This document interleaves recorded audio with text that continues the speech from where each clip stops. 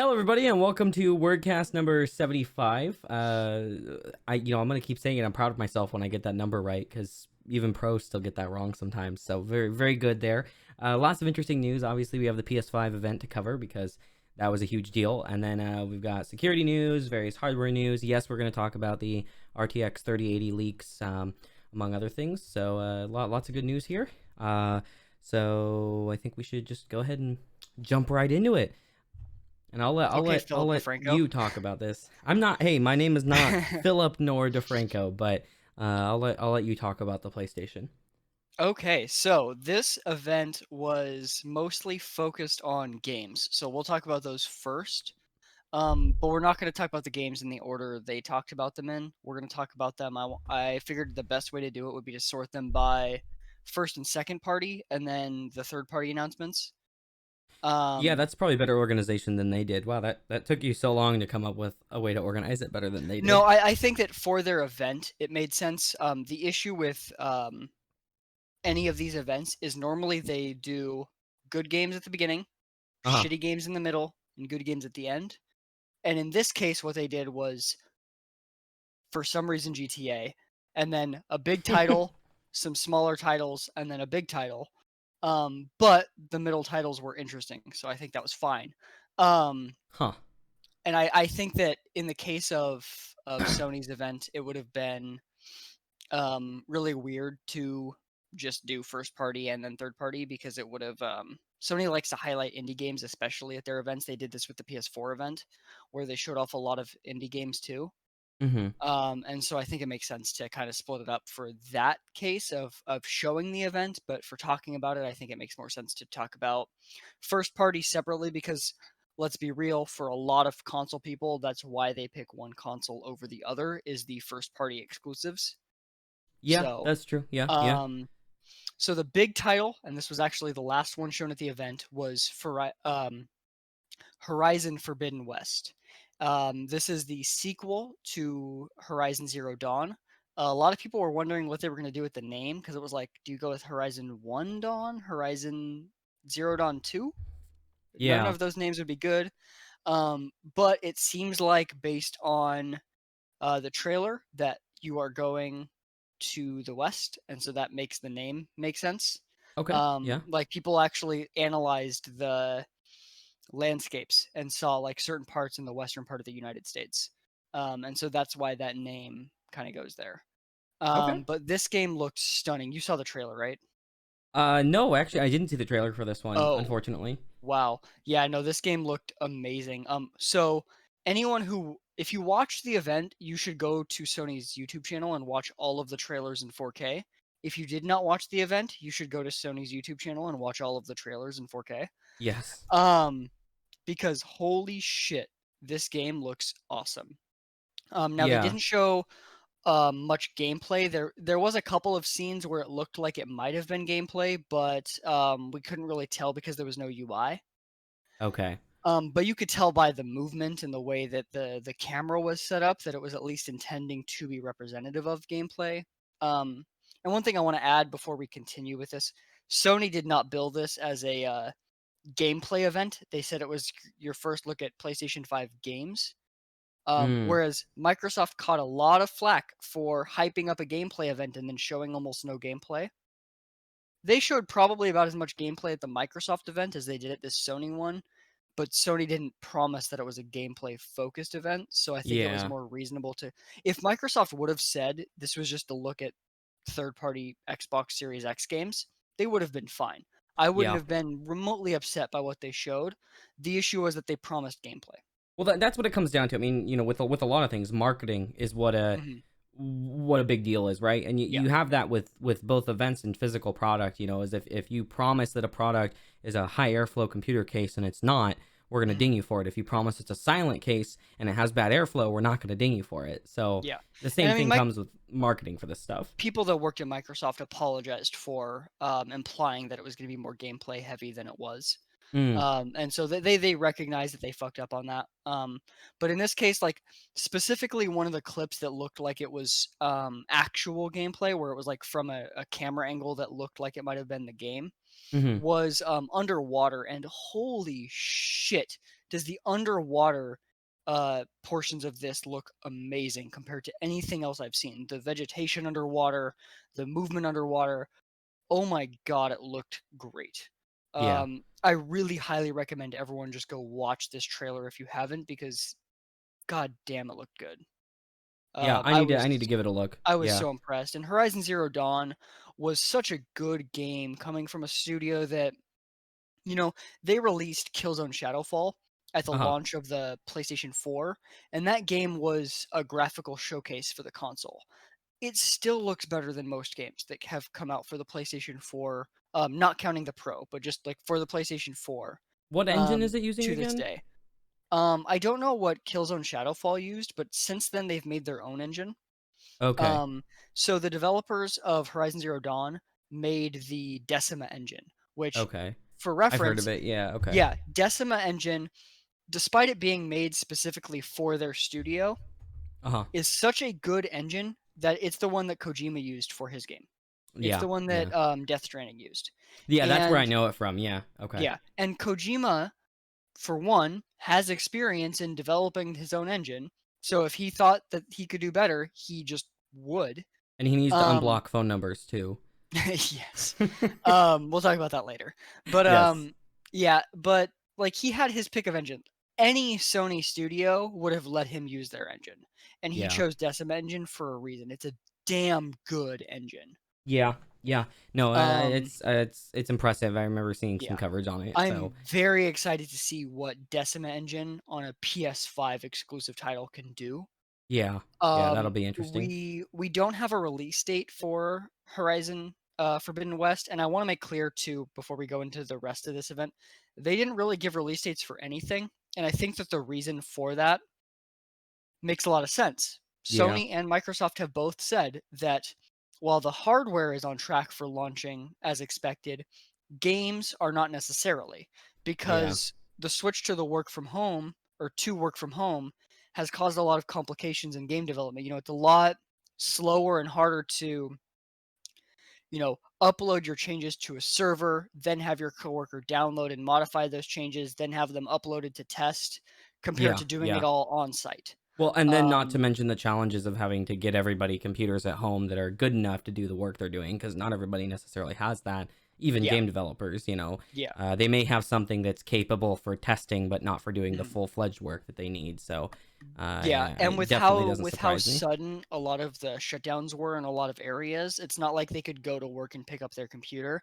And even Yeah. if they could, the computers were not set up for remote work, and so Oh IT yeah. would then have to do a lot of work to get them Oh, connected to servers in such a way that they could handle working on game such a development. nightmare. Such a nightmare. Yeah. Being an IT person myself, I can tell you how stressful it would have been if my company hadn't been priorly set up for doing Mhm. remote work for the longest time. Yeah. But if we had to jump into that, oh man, there's so much that goes into doing that kind of stuff. So Yeah. it's a big deal. So, You know, I wanted to say though, speaking of computers, did we want to talk about the hardware at all before we finished going no, through I it? wanted to go through the games first and then end with the Okay. hardware.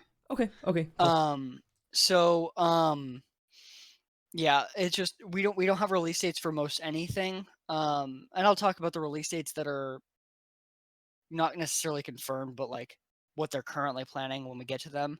Uh But huh. they said nothing about Horizon Forbidden West. Now, the assumption for most people before going into this was that Horizon would be a spring title. And if that was the goal before the lockdown, then that means it's probably going to be a summer 2021 title. Yeah. Yeah. However, I could see them putting in significant resources. Like, this is the type of game that Sony would want to try and release as close to the console launch as possible. And so, if any studio got extra resources to speed up getting work from home set up, and as well got any resources for hiring new developers or for getting developers from other studios temporarily, it would be this. Yeah. This is the biggest title that they announced, I feel like, Yeah, no, at this I think event. so. I mean, they saved it for the end for a reason. Yeah. Yeah, Yeah. And I mean, like, this was the least surprising announcement, yet it was the most hyped and the most exciting. yeah, yeah, Um so yeah, we'll see what happens with that. My guess is that come the August event that Sony's planning, we'll get more details on release dates once they're a little closer, but it's still, we're only what, 3 months into like the initial switch over to work from home for most of the United States. And so with that, like it's still pretty early to have release dates locked down. Oh yeah, no, absolutely. And I So, mean, I prefer to not have release dates because then you don't have people that end up being disappointed. mhm. And then obviously you have the issue of pre-ordering, people expecting stuff to be delivered beforehand and it not being polished, that kind of stuff. Just with projects like this, you finish it when it's done, right? Yeah, I That's mean, kind of my Sony thought. wouldn't release it. Like that's one thing that's nice about first party compared to like big publisher. Now obviously Yeah, there's situations like CD Projekt Red where they have a lot more leeway to do what they want. But when you compare most publishers like Ubisoft, EA, Activision, they're yeah, not just going to be like, "Oh, you want to delay the game to finish it? Sure. Go ahead. Whatever, we don't care." Sony and Microsoft would. They care more about the game. Now, we have Microsoft has their own issues with first party titles, in my opinion, yes, in some agreed. cases, but they're both much more lenient because for them it's about the console and it's about the services rather than the game just getting some sales. And Definitely, yeah, so yeah. they have more leeway on the back end to make the justifications for delaying games. That makes sense. No, that makes sense. So, um, and then the next game that I wanted to talk about, this was I feel like, biggest surprise at the event. Spider-Man Miles Morales was announced. Now, this is coming holiday 2020. Yes, And that's pretty soon.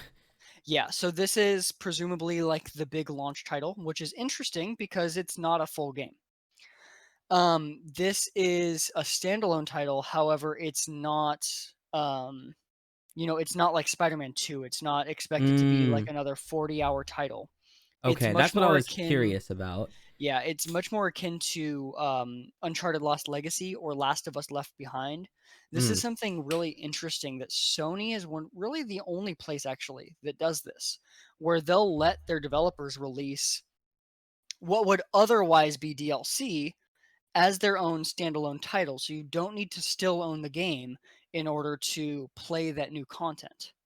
And so then it's basically downloading or using a disc, whatever, a copy of what the game already in existence is, but just like an iteration of that.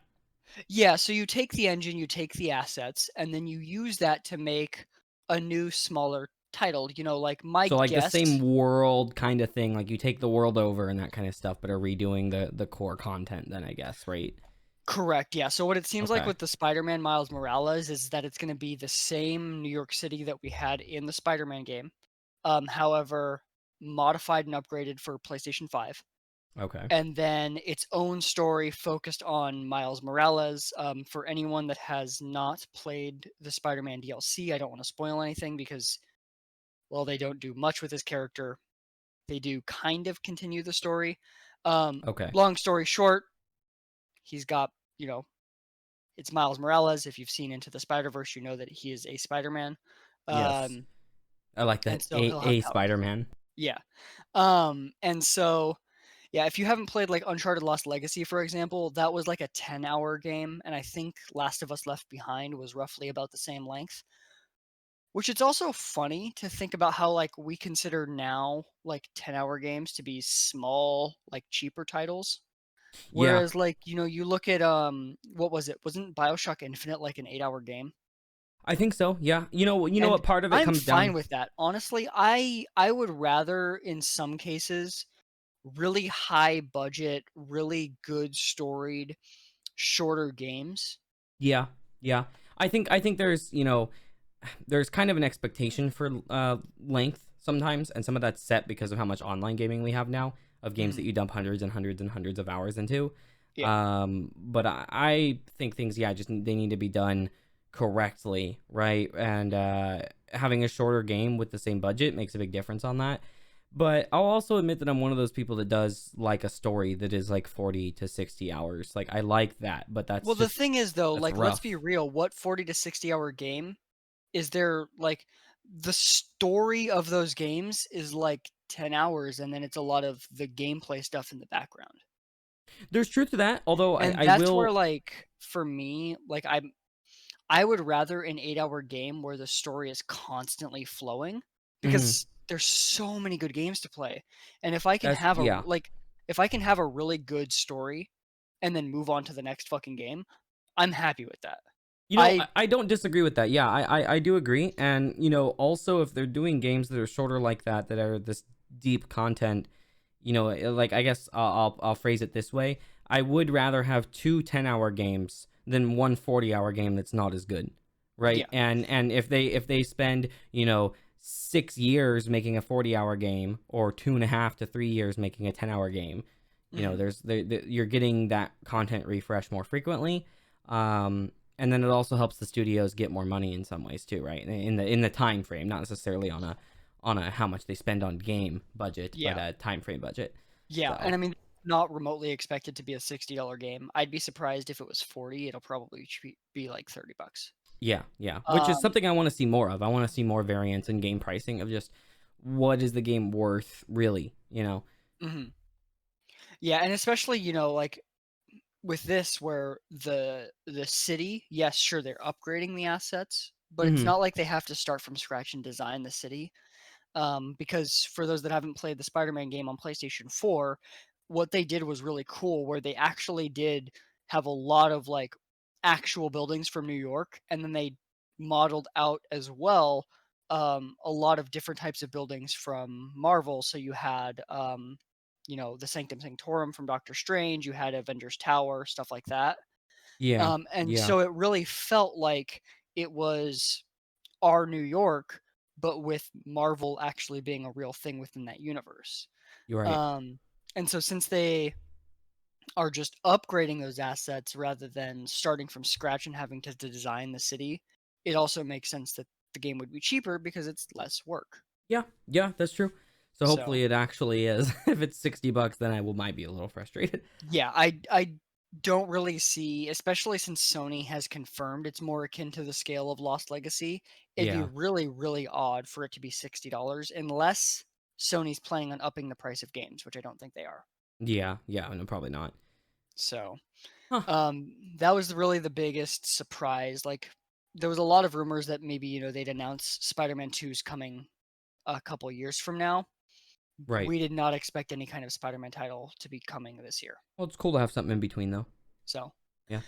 and then the next big game to talk about, I feel like this is the third of like the four really big and like games that were shown off.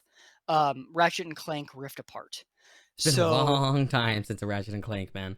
yeah, this is really really cool because for one, oh my gosh, does it look good? It looks like a movie, like an animated movie But that it's not you're realistic playing. enough. No. It looks like an animated movie, but then in addition to that, it's the first thing that we've seen that really shows something that would likely need an SSD. Like, I'm sure there's a way to make this work on a hard drive, Uh-huh. but man, would it be a pain in the ass, require a lot of RAM, and look like shit. Yeah. So for those that haven't seen the trailer, what's going on in this game and the reason it's called Rift Apart is that there is dimension hopping. And we're not talking like, you know, you go to change dimensions and you're like just changing worlds and it's loading for 5-10 seconds into a new world. We're talking you can jump between entire full, properly rendered out massive worlds in a second. You go through a Huh. portal for half a second or 1 second, and you're in a new area that you can play in. It is wild. And then in addition to that, one of the other things that they showed gameplay wise, and this would be more realistically like moment to moment gameplay, is Yeah. that there are these like rifts that you can use. It almost looked like a hook shot that you could like use to pull the rift so that you would pull your character to it, and Mhm. so you would instantly be transporting yourself from one spot to another within the game world in ways that require very, very rapid loading or having a lot of the world loaded into RAM. Huh. Um, That's pretty and unique. with the type of visuals, like the fidelity of visuals, yes, sure, you might be able to get pretty close on PS4 if you weren't doing any kind of rapid transitions. But with those rapid transitions, that's just not feasible on any kind of hard drive. Yeah, no, not at Um, all. in fact, when Digital Foundry did their Digital Foundry Direct, like their reaction to the event, they were like, that was the big thing they talked about with this game, was how this was the game that showed gameplay mechanics and things that were really only feasible on an SSD. Yeah, yeah. So highly recommend going to watch the trailer. The game does run at native 4K, by the way. Digital Foundry did some pixel peeping, and through looking at it, they didn't seem to see any indication of variable resolution. Oh wow. Okay, that's impressive. So yeah, And straight up native 4K. I think because of the consoles like this, we are gonna start to see a push on PC platforms like Steam to, have some games that are required an SSD and have to be marked that, in the launcher, and Oh, for sure. I think that Steam has to know that you have an SSD, and if you mhm. don't have an SSD installed, it won't let you purchase the game from that computer, that kind of thing.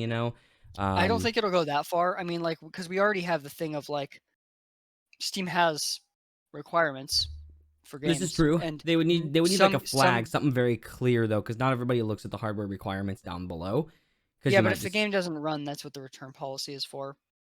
That's true too. Because Yeah, like yeah. plenty of games nowadays require like pretty decent GPUs to run. And I'm sure there are people buying them thinking, Yeah, "Oh, I'll just buy this game without like checking." Yeah. that is ultimately the core point of having like an automatic refund system. Is Yeah, if you it's mistakes like buy the that. game and it doesn't work, and then you return it. Yeah, that's true. That's true. That is really the point. So like if you buy the game, you try and get it set up, you mess with it, it doesn't work, you've spent like an hour on it, you return the game. That's what Steam and Epic's like auto refund tool is for. Yep. So, but I do think that within, my guess is 2 years, we'll start to see a fairly significant amount of PC games require SSDs. Yeah.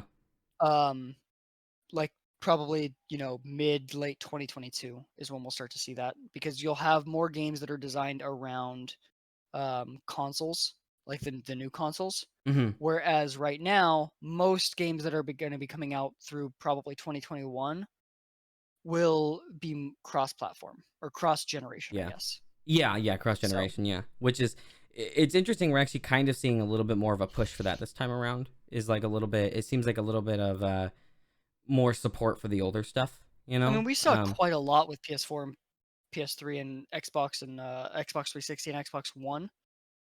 The big I difference, yeah, I I don't know. mean, It seems like it's heavier this time. well, the big thing is it's easier to do, because Yeah, yeah. even the Xbox, while the PlayStation, like, the cell processor was ridiculous on the PS3 compared to most architecture. Yeah. Even the Xbox wasn't x86.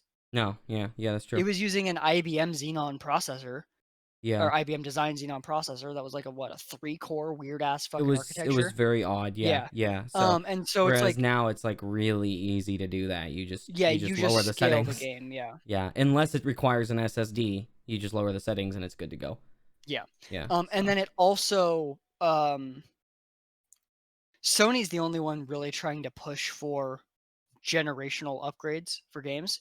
that's true. Microsoft has said that they have no intention on, within the first couple of years, having any of their first party titles be Xbox Series X exclusive. Yeah, yeah. Um, you some people will prefer it that way, some people won't. Hmm. Personally, for me, if I'm going to drop $500 on hardware, I want games that could only run on that hardware. If I'm buying a new I console. do and don't to disagree. I mean, I feel that, but also at the same time, like with PC, right? You've always had that where there are games that can run on a huge variety of hardware, right? And I Yeah, feel but I like would prefer, if I'm dropping a lot of money, like, obviously it's not really feasible for PC, and that's just a different beast. But like, if I'm upgrading my console to a completely new console, I I would feel like as like long as games they're to be able to fully take advantage of it. well, as long as they are taking advantage of it, like some games are not going to be built with the intention of SSDs being a big deal. Like some games are still just going to be conventional. A lot are still going to be conventionally built. Yeah, and that's fine. But I what I don't want is like how Microsoft is essentially mandating that all of their developers have to make their games be multi-generational. Yeah, yeah. It's kind I of like want the if you think you choice. can make the game better by using the SSD and other things like that, then Yeah. either your two options are either make it exclusive to that one or make two versions of the game, one with loading screens, one that doesn't have Well, loading screens it's or not something. necessarily just loading screens though, because like Well, yeah, yeah, of course. one of the things that Sony has talked about in the past with Spider-Man is that the reason they set Spider-Man's swing speed at what they did was Hmm. because that was the fastest that it could feasibly run on a hard drive. And so what I'm hoping is with the Spider-Man Miles Morales, because Miles Morales has a different power set within the Marvel universe, I'm hoping that he can move faster. That'd be really Yeah, cool, is to be able to give them more of what they originally wanted. And so I'm hoping that, and like Ratchet and Clank Rift Apart, for example, couldn't run on a PS4 in that way. You could yeah, probably do it with ridiculous loading screens, but you probably couldn't do the more moment to moment, shorter distance rift hopping. You could do the universe hopping just with right. extended scenes. Yeah, Um, but like I want developers, if they want to make a game that requires the SSD, I want them to be able to do that because I want my hardware to be taken advantage of. agreed. And a little bit better loading speed, I could already do by throwing an SSD into my PS4. Though that is exactly a good point that you bring up right there. Is with the Xbox, it is a little different because their SSD isn't as special as what Sony's doing, and so to an extent, you can't do the same stuff you can do on the PS5 as you Yes could. and no. I mean, either way, It's the not the amount. specialized architecture, Oh, right? I completely agree on that point. But Yeah, what I'm getting at is like you could still do stuff like some of the um so like for example with Spider-Man moving faster, or in the case of like we'll use Grand Theft Auto as a game that we'll end up talking about later in this, but with Grand Theft Auto 5, they set some of their vehicle movement speeds based on hard drive limitations. yeah, yeah. That's true. um and so like no matter what, moving to a game designed for SSD, you'd be able to do that faster Oh, absolutely. Yeah, I'm just saying even not to the without same all of extent the extra on. stuff. Yeah. Yeah, But the fact like that Microsoft does, like, their SSD setup is still better for games than PC because it's designed for games. There's it's not. specifically, well, so their SSD isn't as fast as like what you can get with like some other like high-end NVMe SSDs, Yeah. but you still have some of the architectural difference in how it can load stuff. And in addition to that, it's Hmm. using compression specifically optimized for textures. And so when you're talking something like movement speed, Yeah. the big thing with movement speed is loading textures. Right. Right. And so it's going to be able to load textures at a much higher rate than an equivalent SSD in a PC could, because the SSD in the PC, for one, doesn't have that decompression setup, both from a hardware standpoint of hardware decompression, as well as the specific decompression algorithms, because they don't, SSDs don't use that level of decompression or that like game optimized decompression currently. Yeah, yeah. Well, And I so will say I don't know enough about decompression to know how much it can really vary for something like that. yeah, But so essentially the way that, from what I've read into how the Xbox's decompression setup is mhm. it's vastly better um, at decompressing textures than the decompression algorithm that Sony is, to the point where specifically for textures, um, it's fairly close to the PS5s, despite it being a much Interesting. slower SSD. Yeah. However, for everything else, it's nowhere near as good. Is it an M.2 as well, like the Sony, like the PS5? Do you know? So we don't know what it is. It's probably just like the PS5 where it's soldered to the board internally. Yeah. But the But for expansion is expansion, I not. meant, yeah, No, yeah. no, no. The Oh, expansion is that's right. They're. proprietary on Hmm. Series X. That's right. That's right. So, Unfortunately, yeah. Okay. um, but yeah, so we'll move on to the next game. The next, and this is the fourth, like the really big title, is Demon Souls. Yeah, which I haven't. A lot of these I actually don't know a ton about. So So Demon Souls, I mean, I know you know what Dark Souls is. Demon Souls yeah, was the yeah. first game within that franchise. Oh, I didn't know And that. Okay. so what's happening is that we're getting this released on PS3. It was actually a PS3 exclusive, and we're Oh, getting a remake made by Blue Point, which is not actually a studio owned by Sony, from my understanding. Although they pretty much just work for Sony. interesting. Okay. Do they And like then specialize in porting and they remakes and stuff? specialize in remakes, yeah. Okay. Okay. However, they are apparently working on a brand new IP. We don't really know what that's Hmm, going to be like, but interesting. remakes are something that they are very, very good at. Okay. And so they're working on that with Japan Studios. Japan Studios does a lot of things. In fact, Mark Cerny, the system architect for PlayStation 5 and PS4, Yeah. also works at Japan Studios. Oh, okay. Okay. So they do a lot. They made Knack, for example. Yeah, that was a cool game. So yeah, if you've ever played Demon Souls, you'll know what this is. If you haven't, it's a Dark Souls-like game. It's a very difficult game. Um, I say Dark Souls-like, even though Dark Souls is a sequel to Demon Souls. Um, yeah, but more people know of Dark Souls, I feel like, than Demon Souls. So, Yeah. Yeah, no, definitely. I um, mean, it was like when people say Bloodborne too, like they had to call it Dark Souls because yeah, people didn't know what that meant. Like I didn't know yeah. what it was. Like I haven't played the Dark Souls. I mean, I own them all, but I haven't played them. Oh yeah, So no, that I'm not generally super into like super high difficulty games. same. Yeah, yeah. I'm not. Um, Especially more recently, where like the last year or two, I've more so like shifted towards the really story focused games. Right. Where it's like that's pretty much all I play now, other than RuneScape. Yeah. Yeah. No, that makes sense. Um, and then next game that was really interesting is called Returnal. Now this game is one of those like time loop games where you are trying to break out of a time loop, presumably. Hmm. This game really surprised me because this is made by Housemarque. So for those that don't know who Housemarque is, they made Resogun, which was a launch title for PlayStation 4. It was that arcadey side-scrolling shooter. Okay. Okay. So they Housemarque has pretty much exclusively made arcade games. So it was pretty surprising that they were making what looked like a much more serious, much more high-end, closer to AAA, but not really, um, like shooter game. But what's Hmm. interesting is if you watch the trailer, their shooting mechanics are actually pretty arcadey, which I Okay. like. I like the idea of having like more like fun focused arcadey shooting mechanics while having a much more interesting and more like AAA like story. Yeah. So I mean, we'll see how it ends up being when it releases, but if they can pull it off, I think it actually could be really cool because a lot of people like story games and don't really necessarily need the hardcore shooting.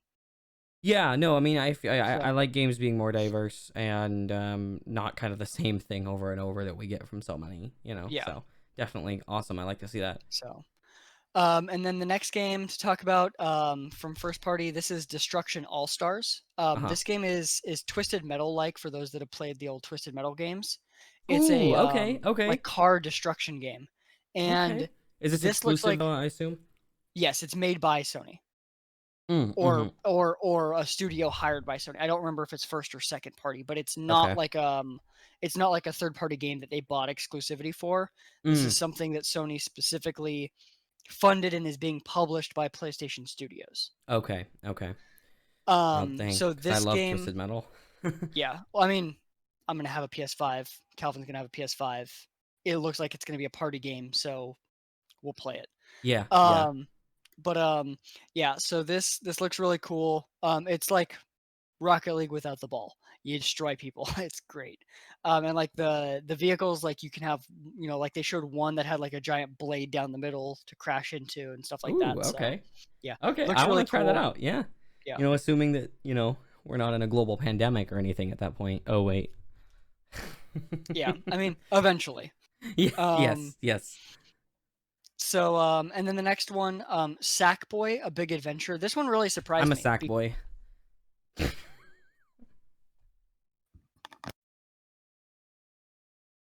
Just walk away. Yeah. So this one really surprised me because I didn't think at all we'd see anything Little Big Planet related because Little Big Planet's developers or the original developers for the game because I think 3 was made by someone else. Hmm. Um but they've been working on Dreams for quite a while and I expected if we saw anything related to any IPs they've worked on it would be Dreams for PS5. Yeah, And yeah. we didn't see Dreams for PS5, which I'm assuming we'll see later. Yeah. But we got uh like a proper full-on 3D platformer that's also co-op that's just focused on Sackboy as a character, which is interesting Hmm. because we're getting essentially Little Big Planet characters without the world building, Interesting. which is what Little Big Planet was known for. Right. Right. Huh. Um, but I'm all about this because I love 3D platformer games, and we just don't get very many of them anymore. No. No. So It's fairly I'm rare. happy to get this. I'm very happy. Yeah. Cool. And it's potentially 4-player co-op. It looked like it was 4, although confirmed 2. Like they actually showed the interaction of 2, but I think it's 4. I hope co-op So games like that too. Yeah, I mean, I like, I like. This has kind of been a direction that I feel like the industry's been heading, but the ability to do co-op, local and online at the same time, right? So you could have mhm. 3 people local, 1 person online, and so hopefully we see something like that with this too. That'd be cool. Yeah. Yeah. Yeah, we'll see how that goes. I'm definitely gonna pick this up. So Yeah, well, I'm assuming most of these you'll probably pick up at some yeah, point. so Yeah, of every first party title on this list, the only one I'm not planning on buying is Demon Souls. yeah, yeah. So that's kind of what I thought. So um the next game announced was Astral Playroom. This one's interesting. So Astrobot Rescue was a VR game. However, it's such a good game that it is considered by a lot of like really like hardcore PlayStation fans to be one of the better PlayStation titles released this generation. Wow. Okay. I hadn't Yeah, I hadn't even really heard of it. So that's because it's a VR game and you don't have PSVR. no, I don't have any VR right now But it because was just Valve is taking forever. Anyway, sorry. yeah. But Astrobot Rescue Mission is just like a fantastic game. Huh. And so then when they started teasing this, everyone's like, okay, is this VR? Is it not? We don't know because Astrobot's a VR game. Yeah. But like the footage they showed was clearly not VR. Huh. But then it came out that what this is for one, it's preloaded on every PS5.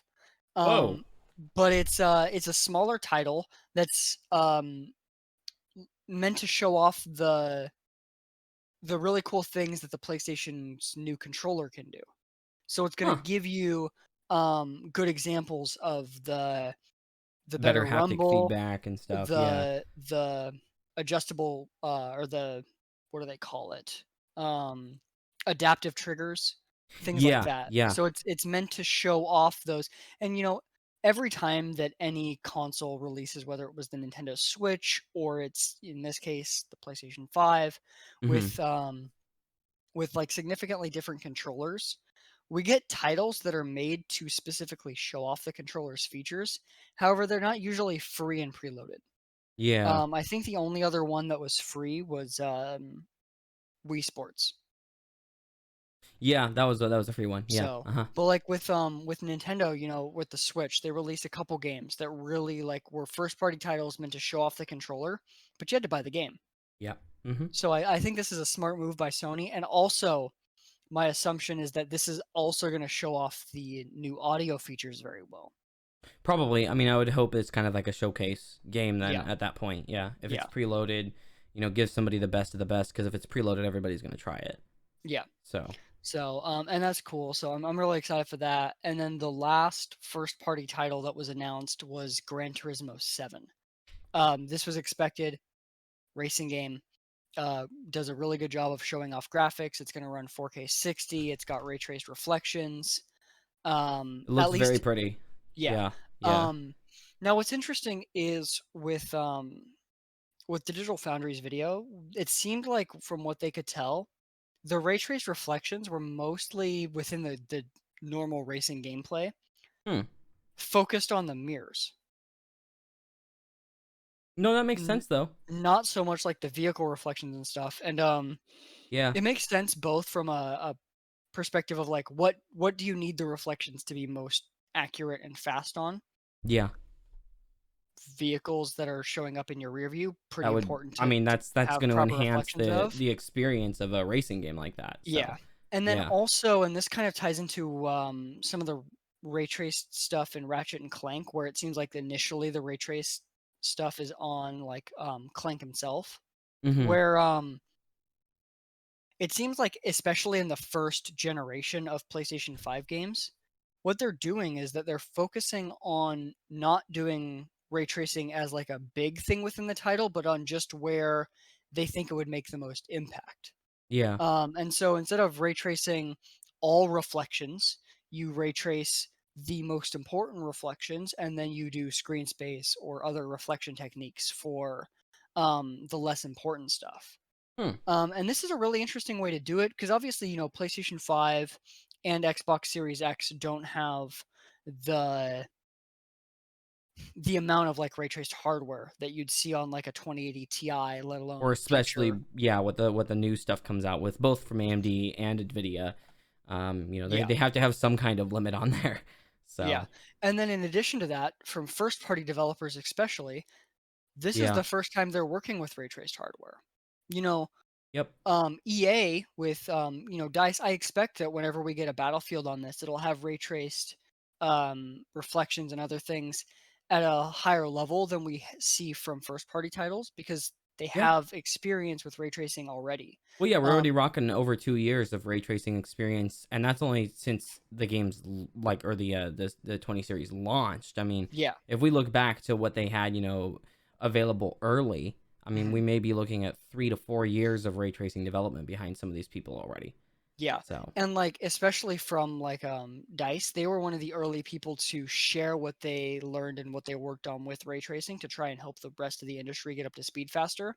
yeah, yeah, So I fully expect that we'll see titles from people that have worked on ray tracing already have much more in-depth ray tracing. But I think it's a really smart decision from the first party titles to go for just the ray tracing that matters rather than a widespread ray tracing that's going to hurt performance. well, and if you can do a good job of it, ray tracing is going to enhance the parts that can't really be done with other forms of lighting. Hmm. So you use it for the stuff that you're going to be much more limited with. I think that makes a lot of sense. And then it promotes not overusing ray tracing until we can fully ray trace global illumination everything, which Yeah. is probably still another GPU generation after the one coming up off. Hmm. So it's going to be another console generation, so long ways Yeah. ahead. And in addition to that, we're seeing, like with the Unreal 5 demo, ways to get global illumination without doing actual like hardware accelerated ray tracing that actually look really damn good. The big downside is that it's a frame or two behind.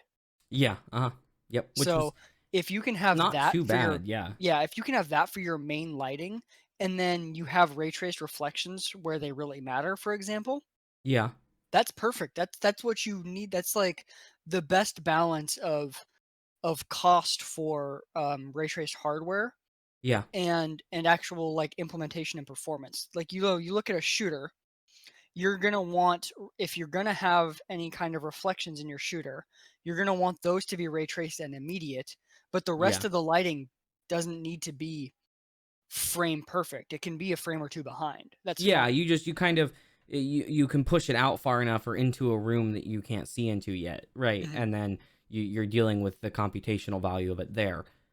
So Yeah, and yeah, you know, I wonder how the reception to ray tracing would have been if NVIDIA would have gotten developers to focus on the things that really mattered first. the things that look special with ray tracing. Hmm. Yeah, yeah. Rather than, okay, this looks better, but not that much better than what we've already been doing with rasterization. Yeah.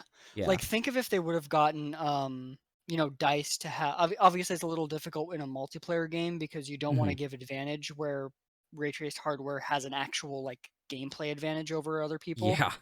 But think about like if maybe for like a single player shooter, they could have had ray traced mirrors and you could actually do like a stealth game, for example, where you actually pay attention to the mirrors to decide when you're going to move.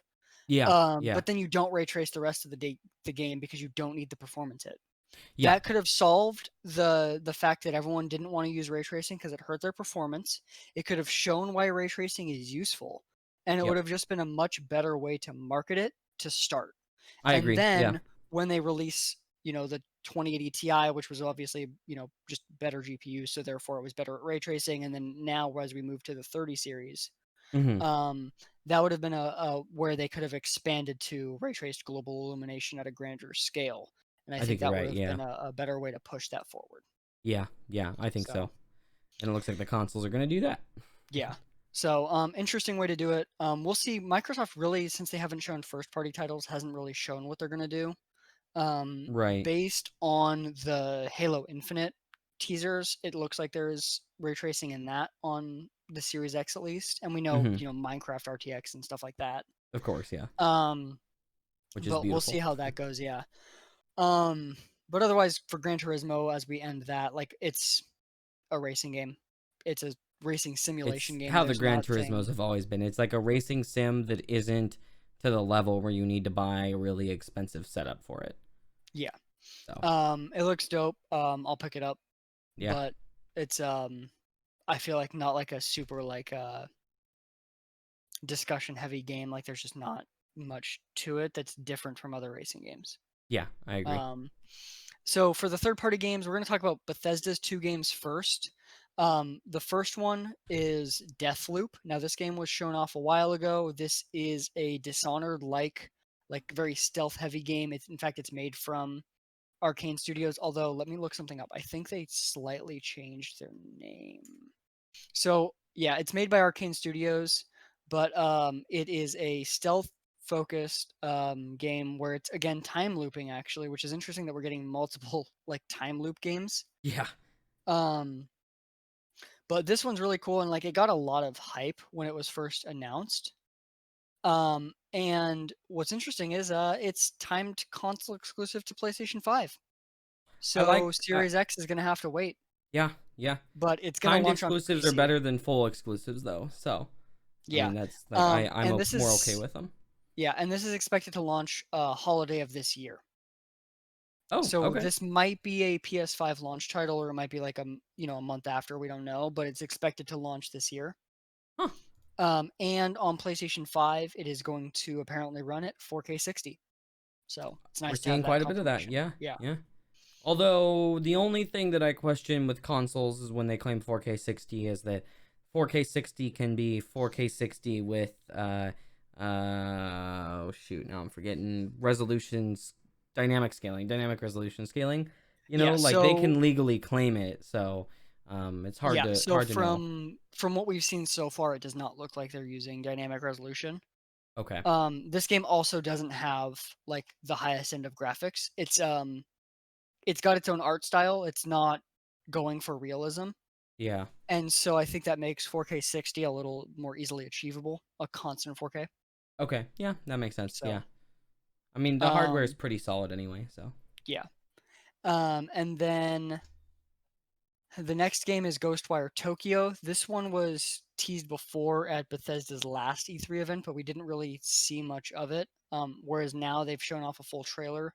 This is again a console-wise, it's a timed exclusive to PlayStation 5. This one's launching 2021. Is that the first time Um, we've seen that with consoles, timed exclusives? I feel like it is. no, Okay. Huh. it's just I don't know. more heavy now. It used to be more common with DLC rather than games.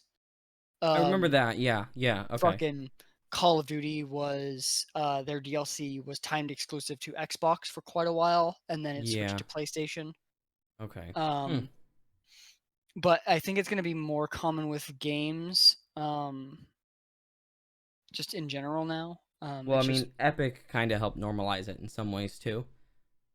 yeah. Like just to There the is gaming crowd, I mean, yeah. that, but also I think was it Call of Duty 4's remaster that was timed exclusive for like a month? Yeah, I think And that was the one. Uh-huh. that was I think the biggest title to have done it, and that really kind of pushed other big titles to doing it. Yeah, that sounds familiar to me. So I think that was the one that did it. Yeah. So Okay, I guess that makes sense. yeah. And then the next game to talk about, Project Athia. Now this is an interesting one. So in the trailer, it was labeled as made specifically for PlayStation 5. Now that Hmm. sounds like it would be exclusive, but we still don't have confirmation that it's fully exclusive. And so my Interesting. thought as to what this could end up meaning is that they are making the game for the PlayStation 5. Whatever, I don't know what mechanics might require, if any, would require PlayStation 5, but it Hmm. sounds like what they're doing is they're designing the game and optimizing it for the PlayStation 5 hardware, and then after it's released on PlayStation 5, they'll figure out what they need to do to make it work on other hardware. Huh. So think, like obviously Witcher 3 was not designed for hardware as weak as the Nintendo Switch, but they made it Yep. work. There was a lot of places they compromised, graphics and They stuff made it pretty fucking heavily. barely work. Yeah. Yeah, but it works. Yeah. And Yeah. so I think what we're gonna see is, they'll make it for PS5 and then cut down whatever they need to make it work on other hardware and eventually release it elsewhere. Now, I Yeah. don't think for Series X it's going to require any very significant cuts. It doesn't look like the type of game That that's would being like designed around mechanics that require an SSD massively and fast SSDs. right or super Um, special audio or something like that. yeah, because Yeah. it looks like it's a fairly I don't want to say fairly typical because we don't know enough about it, but it looks like it's a fantasy game. Not Okay. many fantasy games are going to require bleeding edge SSD tech. If Right. anything, the biggest thing that I feel like we would end up seeing is whether it's dragons or any other kind of mount, if you end up going faster than a hard drive could load graphics very well. And so we would probably see just a downturn of graphics when you're moving fast or slower movement speeds. Right. Right. Okay. But the other big notable thing about this game is the guy leading the writing team is Gary Whitta. Um, that's notable for a number of reasons. For one, if you follow games journalism, he has written for I think PC Games Magazine, as well as some other stuff. He's known very well within the games industry. Hmm. But he also worked on as a writer, Star Wars Rogue One, Star Wars Rebels, and he currently works on the Animal Crossing talk show. Oh. So Okay. Cool. yeah, and this is being published by Square Enix. I usually Um, like them. They don't have a lot of dirt behind them, so yeah. yeah. So and Square has existing relationships with Sony. So of all of the publishers to make a game that's really like made for PS5, this makes Yeah. sense. Yeah. Definitely. Cool. So, and then the next big game, Resident Evil 8, also known as Resident Evil Village. This one, not really a surprise. It was leaked pretty heavily. Um, Is it a full game? Because that makes it sound kind of like the Miles Morales game, where it's like, no, it's so Resident Evil Village serves two purposes. The name, for one, if you watch the trailer, the area it makes sense for the name, but okay, Village also has V and then three straight lines. VII okay, 8. okay. So if you watch the trailer, they actually have it. It'll say like Resident Evil Village, and then like the 8 will overlay over it. Oh, So they're interesting. just Okay, using the area that the game takes place in, tied with the Roman numerals to make it make sense. okay, cool, So, cool. yeah, this is full on Resident Evil 8, Okay, and it looks pretty fucking good. it's just kind of just So another Resident Evil now, game, though. I assume. yeah, now what I want to Okay. know is if this is going to support VR because Resident Evil 7 was a full VR title as well. Right. Um, we don't really know yet. Now, Sony hasn't really talked about their plans for VR on PlayStation 5 other than saying that PSVR, like first gen, will be compatible. Mm-hmm.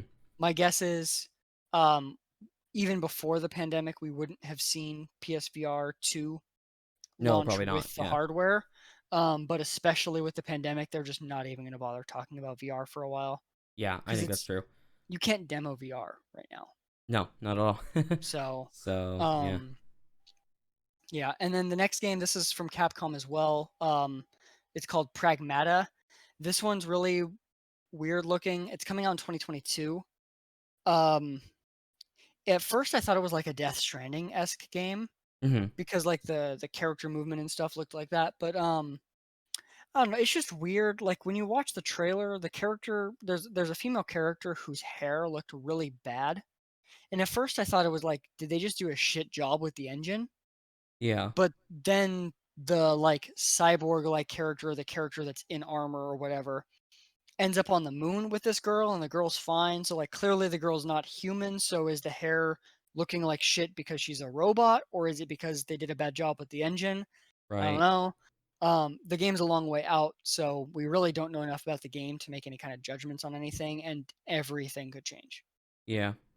So Huh. I don't really have much to add about Yeah, that I one. didn't It see the trailer, just so I don't have a ton to jump in yeah. with there, but huh. But I wanted to mention it because it's a new IP. Yeah, yeah, So absolutely. And then this next one is a really new IP as well. Um, Grand Theft well, Auto 5.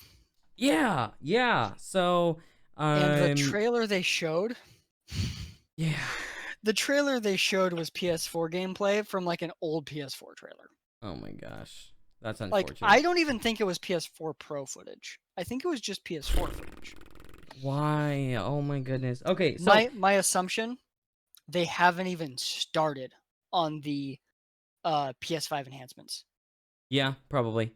And I mean, with the time frame here of second half of 2021, I'm just Yeah. like, okay, it's already old enough if it was launching tomorrow. Yeah. Like, and but you know what this comes down to is this just comes down to Bethesda proving the Skyrim model of gaming works. The Skyrim model of monetization works. So yes, also yes. However, Yeah, um there's a little bit more. there is a difference in that GTA 5 is its own fucking model of games. It Yes. consistently is a like top 10 seller still. Is Yeah. fucking crazy. And then Yeah. in addition to that, they rake in so much money for microtransactions. It's pretty insane. Yeah. Yeah. I mean, I will And say it's a with game that, that's more fun to play for a long like it's still fun for people to get into new. mhm, And Skyrim obviously had a lot of replay value as well, but I do feel like GTA is a different beast in some ways. So yeah. yeah, And then in addition to that, like one of the big memes that's going around right now is you look at like 11 years of Grand Theft Auto before, and it was like yeah, 10 games, and you look at 11 years now, and it's one game. one. However, Rockstar puts a way, way more work into their games than they ever have before. This If is you true. look at Red Dead Redemption 2, that game is Yeah, fucking insane. it's phenomenal. Yeah. And, that took like 5, 6 years of development time. GTA Hmm. 5 took 5, 6 years of development time. So if they're doing 5 or 6 years in between games and they're not just putting out one IP, then yeah, it's Yeah. going to take 10 years. And if they can do a graphical enhancement on GTA 5, Which hopefully they do, I because I mean the mods well, for that's PC what have been beautiful. So yeah. I mean, so that's that's what what the this is point is. supposed Yeah, to be expanded and is enhanced. Yeah. yeah. Now I want to know what expanded means because enhanced Yes. makes sense. Yes. Yes. But how are they So expanding it? Are they actually adding anything new content wise? My they might assumption, be. my assumption, they're adding vehicles that they otherwise couldn't have added on PS4.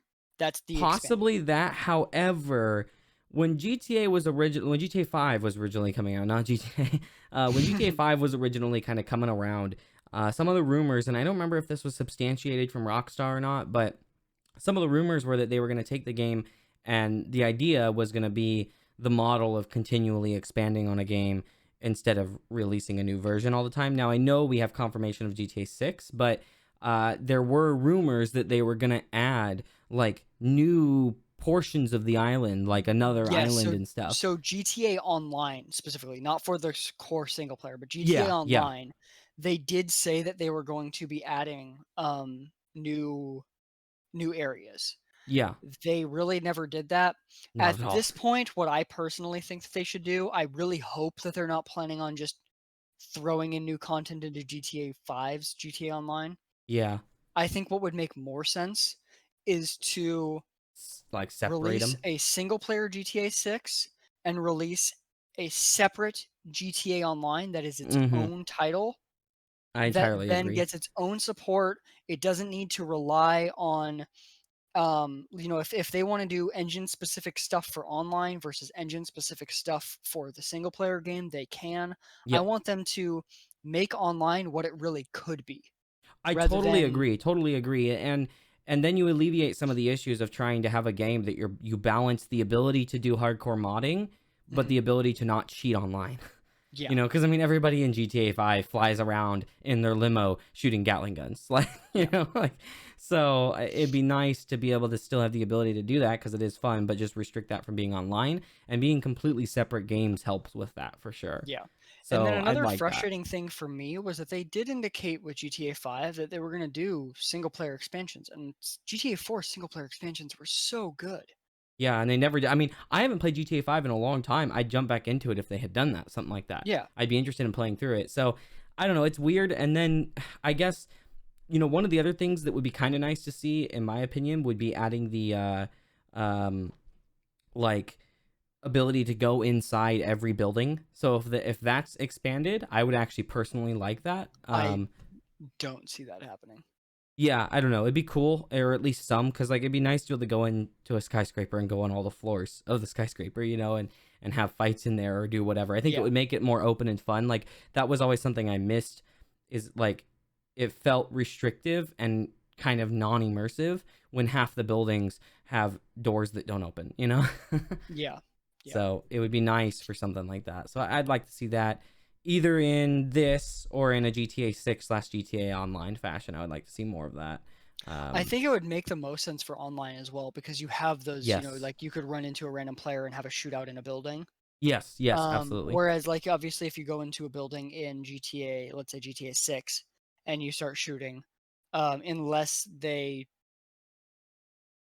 change how they handle their game or they choose a specific area that they're going to be making fun of within the game, since that's what Hmm. GTA does, is make fun of different areas. If Yes. they would have to choose specifically a like high gun ownership area in order to have like crazy gun battles inside of like a skyscraper actually be like a relatively common thing. Yeah, that's true And too. so I think Yeah. it would just make more sense for it to be online. Agreed. I I think it think would it be would be a more lot of fun entertaining. online. Yeah, and Yeah. then you could do stuff with it of like, you know, having it be like a, you know, a loot heist kind of thing at Mhm. the top of the skyscraper or whatever, Yeah. you know, that kind of thing. And another thing that would be really nice about if they were to release like a GTA Online brand new title specifically made for um, next gen and for PCs with SSDs, Hmm. is if you have better loading, then maybe you don't ever need to load when you're going into buildings. And if you don't need to load when you're going into really big buildings, then you could also fucking bust out a window in the middle of a shootout and jump parachute out in Yeah. ways that wouldn't compromise on the potential graphics quality of the internals of the building. Because you could do that Yeah. now, But but texture loading and stuff could be weird. yeah, Yeah. Yeah. yeah. Especially when you're talking about, like Gen 1 or like non pro PS4 and Xbox, for Right. example. Yeah. So, Yeah. or lower end PCs. Yeah. Um, Plebs, you mean? Yeah. yes. And then the next game, NBA 2K21, they showed a guy sweating. That's really it. We're moving on. I mean, Um, I was gonna say there's no notes about this game. there's Like, nothing to talk there's about. nothing to talk about. They showed, I think it was Zion, but they showed I don't really follow basketball. I saw some other people talking about it, but I think it was Zion from my understanding. Mm-hmm. But they showed a guy training within the game, sweating. It was pretty much just showing off how good a character model could look, but it was just one Yeah. character and it was pre-alpha footage. Um, Yeah. so they just didn't show much. Okay. Um, the next game, this one looked really cool. Stray. So this game, you play as a cat. The game is native 4K, Are you and a stray cat? yes. What's interesting is, so like this game, it looks like it takes place in like a Hong Kong-esque city where it's like Okay. very colorful, Kind a of lot of neon dense. lights, very dense. But there's no people. It's robots, Oh, so like the robots took over the world, kind of thing, or maybe. at least the city. Huh. And so you're a cat playing in a city. Oh, interesting. I like Yeah, that. yeah. Huh. And the cat has a backpack, so worth That's buying right also there. just too adorable. Yeah. Yeah. Unless Well, the game I'm like curious how many like 50-pound bags of potatoes you can put in your backpack. hopefully none, because I don't want to do that to a cat. Well, you know what I mean, right? The inventory. Like, oh, I'm Yeah. gonna pick up the oven and put it in your backpack. Yeah, but I'm fine with doing that to people. I don't want to do that to a cat. Well, I mean, the backpack is anti-gravity, so Yeah, maybe. or it's a And black hole. then so Stray is also timed exclusive. Quite a bit of that this time, yeah. Yeah. Most of the games shown off here were timed exclusive. Huh. And including the indie games. Yeah. And then the next game, Solar Ash. Now this game is made by the studio that made Hyper Light Drifter. I Never don't know played if it. you've seen. Okay. No. People that know that game, like, it was really fucking good. Okay. Like, it's got 9 out of 10 on Steam, 4.9 out of 5 on the Apple Store. Like, very highly rated game. Okay. Very well liked. And so anything from them was already like something a lot of people would be interested in. Yeah. But this game looked really cool. Like, there's a really awesome visual of a black hole that they showed. But then, like, the gameplay was really cool because you're like moving around on skates, and so you can move really fast. Huh. And the game just visually looks stunning. I don't know much about the gameplay, but looked really cool. I'm excited. Timed console exclusive. Again, yeah. Okay. Huh. So, and then I'm just gonna bust through naming off some games. I'm just gonna specify. So, Little Devil Inside is timed exclusive. Kena Bridge of the Spirits is cross-gen and timed console exclusive. It's coming to Epic Game Store as well for PC, so it's double timed exclusive. If you want it on PC, you get it on Epic Store, and if you want it on console, you get it on PlayStation. If you have an Ooh. Xbox or you're boycotting Epic, you can't get the game. Ha. Epic bad. Yeah. Jet the Far Shore. This looked really cool. It's some kind of interesting looking space game, also timed exclusive. A lot of that. Hitman 3, not timed exclusive, but looked really good. If you play the Hitman games, looks Yeah, really I've dope. never And this really one gone takes through them place much in myself. Dubai, it looks like, or at least some of it does. Huh. Oddworld Soulstorm. I've never played the other Oddworld games, but I've always heard good things about them. Timed exclusive. A lot of Godfall. that. Yeah, Godfall. This game was one of the first like PS5 confirmed games that we've had for a while now. Timed console exclusive. This is also coming to PC. In fact, gameplay was shown at the PC Game Show, which was pretty cool. Oh, okay. This one is like a loot focused game, from my understanding. It's a Is it lot of the like a way people loot have been. shooter or just like loot in general? No. It's like a fantasy game. Oh, okay, okay. Huh. So from what a lot of people have been talking about is it's going to be um they've called it like compared it to Destiny, although it's not really a shared world. It might be Mm. co-op, but it's not shared world. So it's Mm. pretty much just a co-op loot game. Yeah. Bug Snacks. This game looks weird, really weird. I don't. I Did you mean, see the the trailer name's for this already one? weird enough, man. Did you see the trailer for this one though? No, I did not. Okay, so this game, the trailer starts out with some strawberries saying "strawberry" like they're Pokemon. Oh, Like, it's just okay. strawberry. Oh yeah, so Strawberry. I saw the very beginning of it, but I was in the middle of something, so I Yeah. didn't pay close attention to So it. in this game, it sounds like there are bugs that are animals, I guess, because it's Bug Snacks. But you turn into what you eat. I It's remember weird. people like on It's Twitter about this, like, weird. what the fuck is I'm this game? I'm all about really weird games, so I'm Oh, interested. definitely, and especially if they like come to some of the subscription services like Game Pass, then it's like, okay, that's Yeah. people are gonna try them then these Yeah. weird games. And then the other 3 games, I don't really know enough about them to talk about. Tribes of Midgard, The Pathless, and Goodbye Volcano High. Yeah, yeah. So, Goodbye Volcano High is also timed exclusive. Okay, fun. And then yeah, let's talk about the hardware to end this. Yeah, so this So, is something that I have a particular interest in and a particular hate for. and specifically when we're talking hardware, we're talking the design of the console, not the internals. We already knew about the internals. Yes, yes, yes. So you very much dislike this hardware. However, it seems like most people like it. There's been a lot of like, IGN did a poll. I've seen a lot of polls online. We're talking some of these polls had 10, 20, 30,000 people participating, and it was 65, 75% liked it, 10% disliked it, and 10%, were neutral or whatever. Right, right. I But don't know.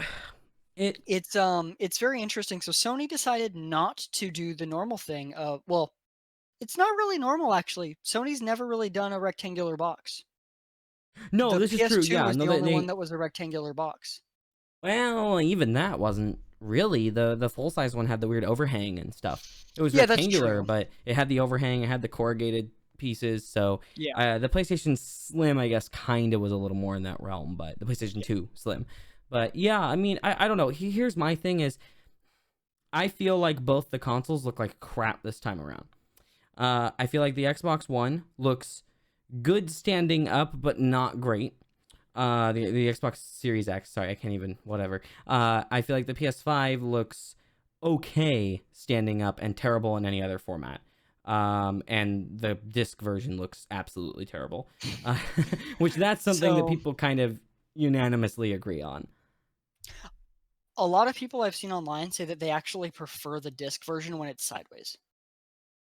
So I will agree the disc version looks better sideways than the non-disc version, but they both look like actually broken laying on their side. And so a couple things that I guess I'll note here is I do appreciate going into a more clever design aspect. That's something I actually like, but I feel like they didn't do a very good job of it. They tried to go too eccentric, whereas Microsoft did the exact opposite. And they threw in the disk drive kind of at the end, it feels like. And they could have done like black. Matte black looks so much better. That mock-up matte black one, in my opinion, looks way better. And a couple of the things that go into my head here, though, right? Like, I'm a home theater geek. A couple of the things that go into my head here are not so much just how does it look standalone, but how does it look next to the rest of my stuff if I'm a home theater person. And the reality is it looks pretty terrible in home theater setups. The PS5 does. The Xbox doesn't standing up, but does laying down. It looks like a freaking tumor growing out of your entertainment center. Um, and that's what bugs me the most. I think personally, I love unique, eccentric designs. I love weird PC case designs, right? But when it's something that's supposed to be a piece in your entertainment center, it needs to fit in with a wide variety of entertainment centers, and this will fit in with some and not fit in with others.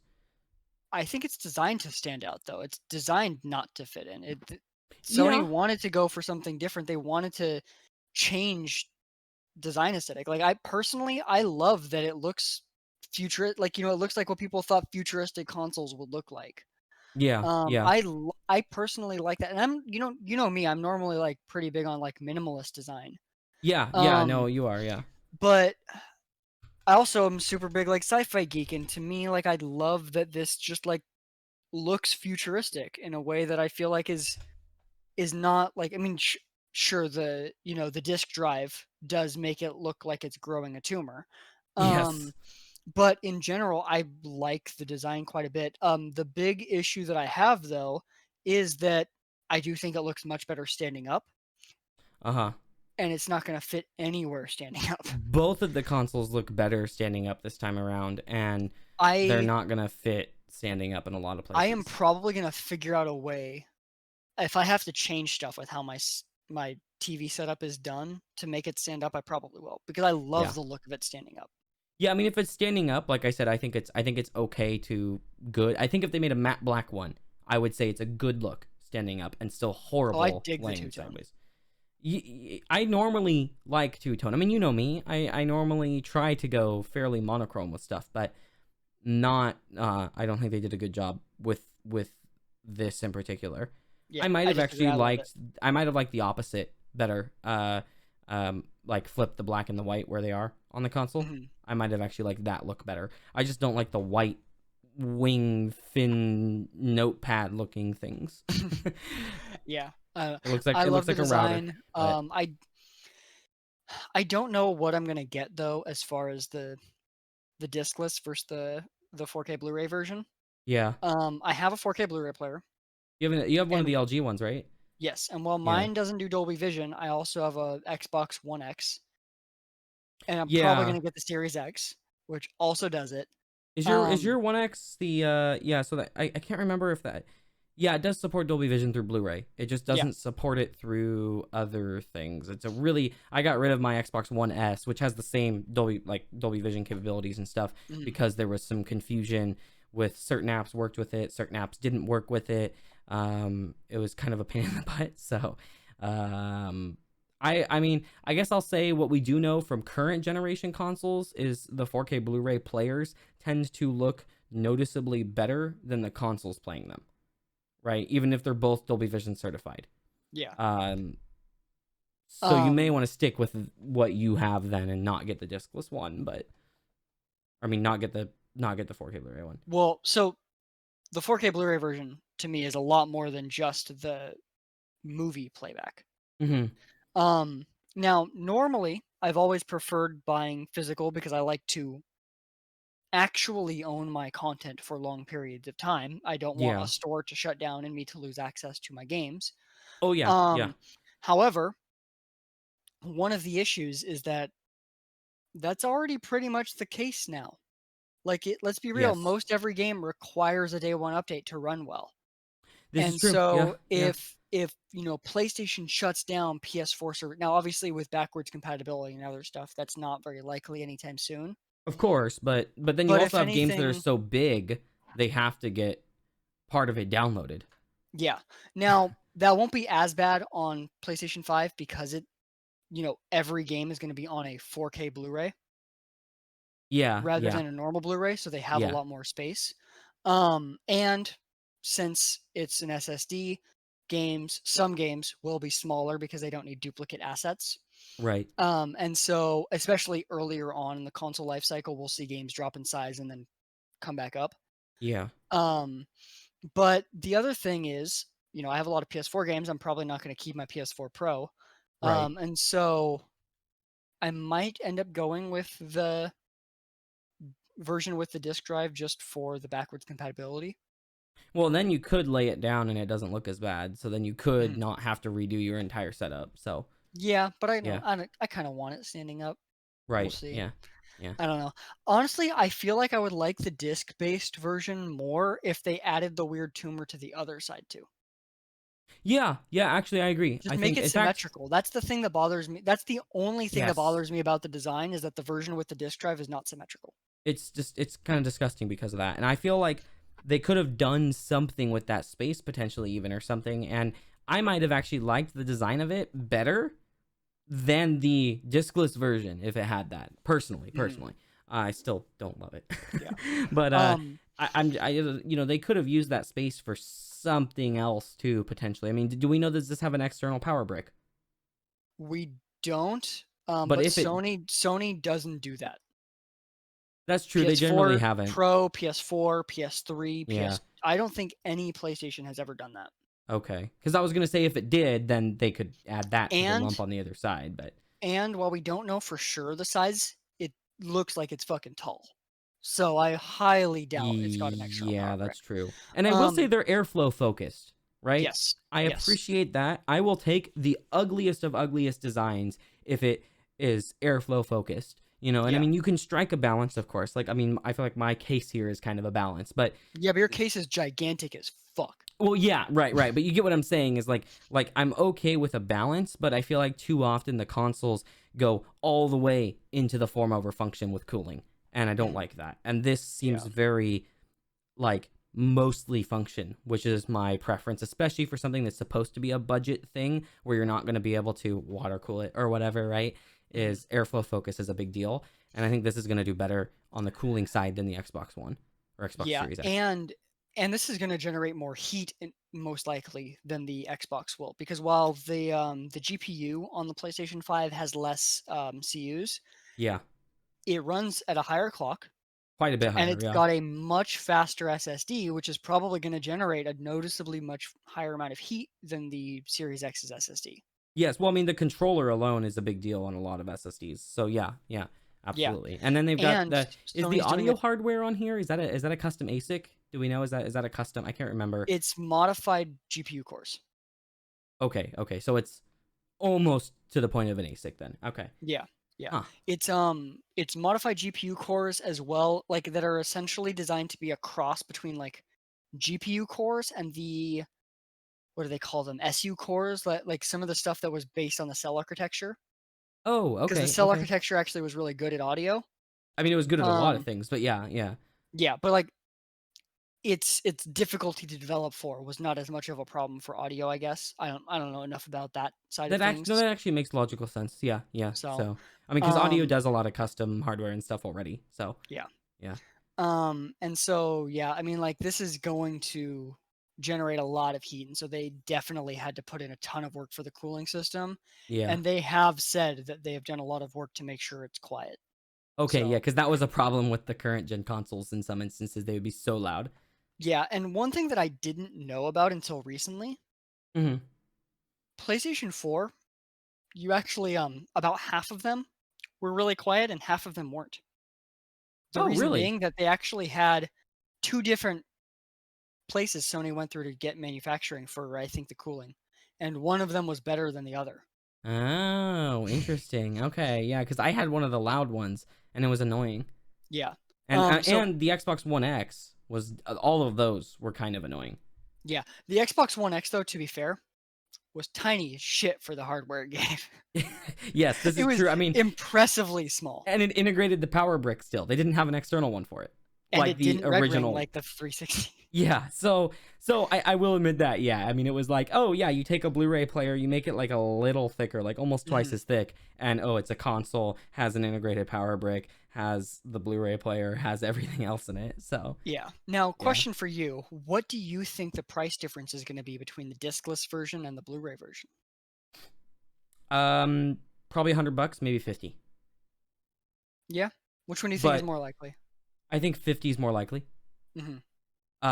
Because 4K Blu-ray drives have come down in price. They were like 100 to 120 for a computer previously, and obviously this isn't going to cost as much because they're buying it in bulk and it doesn't have as big of a case because it's just this special little bit. So So yeah. that's why I would probably guess 50. So Digital Foundry said that the actual hardware is only like $20 for That yeah. the 4K Blu-ray drive. Um, However, something they pointed out that's interesting that could lead to it being closer to the 100. What? If you're buying a bunch of physical games, then the 30% cut that does not go to the developer is split among much more parties. Sony makes a much higher amount of Oh, money off of the digital copies than they do off of the physical ones. so they want to incentivize you to not buy the. So Oh, if they offer a $400 and a $500 version, most people are going to go with the digital version because it's cheaper for the hardware, but yeah. they make more off the physical games, or I mean off of the digital games percentage wise. And in Huh. addition to that, there's a lot of sales that you will never see on the digital version because Best Buy does things to encourage you to buy physical copies from them. Amazon does things to encourage you to buy physical copies from them. Right. Right. Huh. So there might be more of a reason. And if you buy a 4K or if you buy the discless version, Sony never has to worry about you um, redeeming the license like you have to on PlayStation and Xbox in order to watch physical movies. So they don't have to Is price it that ugly intentionally? in. Maybe.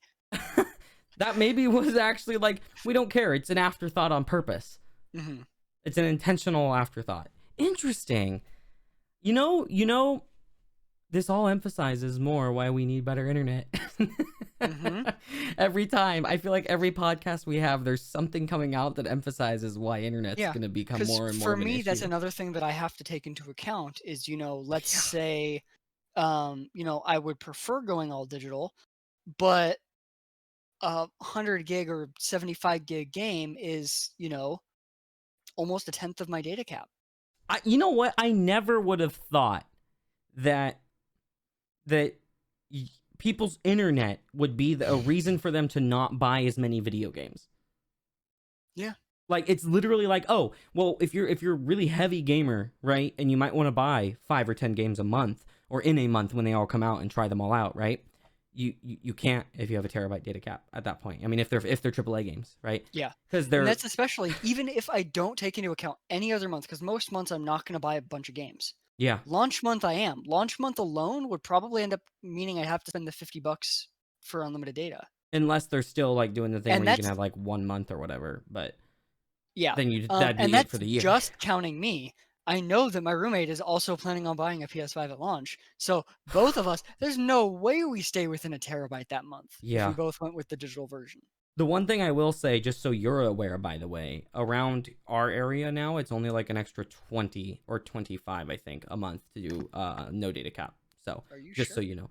Yes, because that's what I'm paying on both of mine. Is I think it's 20 or 25. I can't remember Are you which. sure they didn't give you a special?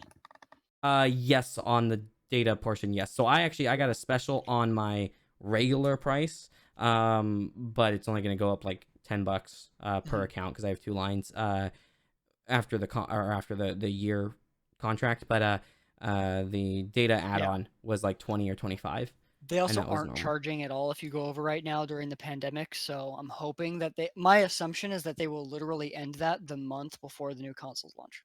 Yeah, probably. Unless unless you're Cox cable, because if you're Cox cable, then you're throttling entire neighborhoods because one person is using unlimited data that already is paying for the unlimited data. Yeah. And then the last thing for the hardware, they also announced a headset, which is focused on 3D audio, a remote, which it's nice to finally get a first party good looking remote from Sony, Oh, thank goodness. um, a 1080p camera that will integrate with their streaming. So you'll be able to do streaming with a hopefully fairly high quality camera from your Okay. PlayStation 5, and then a charging stand for the controllers. So, do we know who's making the headset, or no news on that? Sony is. Oh, but I mean, are they partnering with somebody like Odyssey or somebody that's done 3D No, audio? Sony makes their own headsets. Oh, They okay. already do.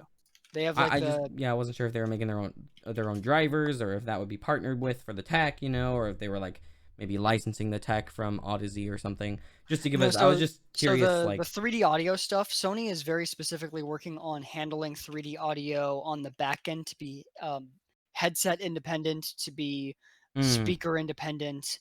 Their okay, goal is to make it so that, and they said that a lot of this will be a couple of years after launch, but their goal is to make it so that no matter what your audio system is, you mm-hmm. can get at least to some degree the 3D audio experience, even if you're using shitty ass TV speakers. Interesting. So It's their possible, yeah. plan is to focus on headset for launch, TV speakers secondary, and then surround sound setups last. Hmm. Because there's many more. It's if you're trying to think from a technical perspective of getting um, the 3D audio to work, Yeah. yeah, sure, a lot of TV speakers sound different and shitty, but two speakers are easier to work with than either seven or five or six or however many any other type of setup might use. This is true. Yeah. And so they're going for what they think they can finish first, pretty much. Hmm. And so, and also most people just use TV speakers or shitty soundbars. Yep. Um, and Super so they common. want to go for what's going to help the most amount of people. Well, yeah, Did because a you lot ever? of people do buy headsets. So Yeah, yeah. yeah. Did you ever watch the Road to PS5 stuff? No, no, I didn't. Oh, you should just find and watch the audio portion because Okay. Mark Cerny talks a lot about this stuff, including going so far as to one of the things that they're doing in order to make 3D audio better Mm-hmm. is HRTF stuff involving how like ears are shaped. Oh, I remember you telling me about that. Yeah. Uh Yes. huh. So what they're doing initially at launch is that they're going to have a number of different profiles and some kind of tool on the PlayStation 5 for you to find which profile matches your ear the best. Hmm. And Interesting. long term, they want to have something where you could have custom HRTFs mapped like for your ear. And so whether that be, they don't know how exactly they're going to do this long term, but whether it be taking a picture of your ear or actually going somewhere to have a scan done if they can't, like they want to use AI to ideally make it so you could take a picture, have it run through the app generates the HRTF, and that's it. But if that's not going to be feasible, then something like a scan done at like a game store or Best Buy or something Yeah. is maybe what they'll have to do. And just to be clear, I don't know if you just said it or not, but HRTF stands for head related transfer function. And what that means in layman's terms is a map of your ear to figure out what makes your ear sound different. Yeah, So, I did not say what that meant, but okay, good. I'm glad I um, added it then. Yeah, yeah. yeah. But yeah, so they have I think like 5 different presets at launch on the PlayStation 5 for HRTFs. And so that's what's interesting too is when they're doing the 3D audio rendering, it's Yeah. based on the HRTF profile that is being done. It's not a generic 3D audio render. Oh, interesting. Okay. And so they're trying to make it work much better. And then part of the reason that they are going to push so hard into the custom ones is that they know that there are outliers. He even said in their event, like there are some people in their studios that no matter which of their presets they use, they couldn't get the same effect.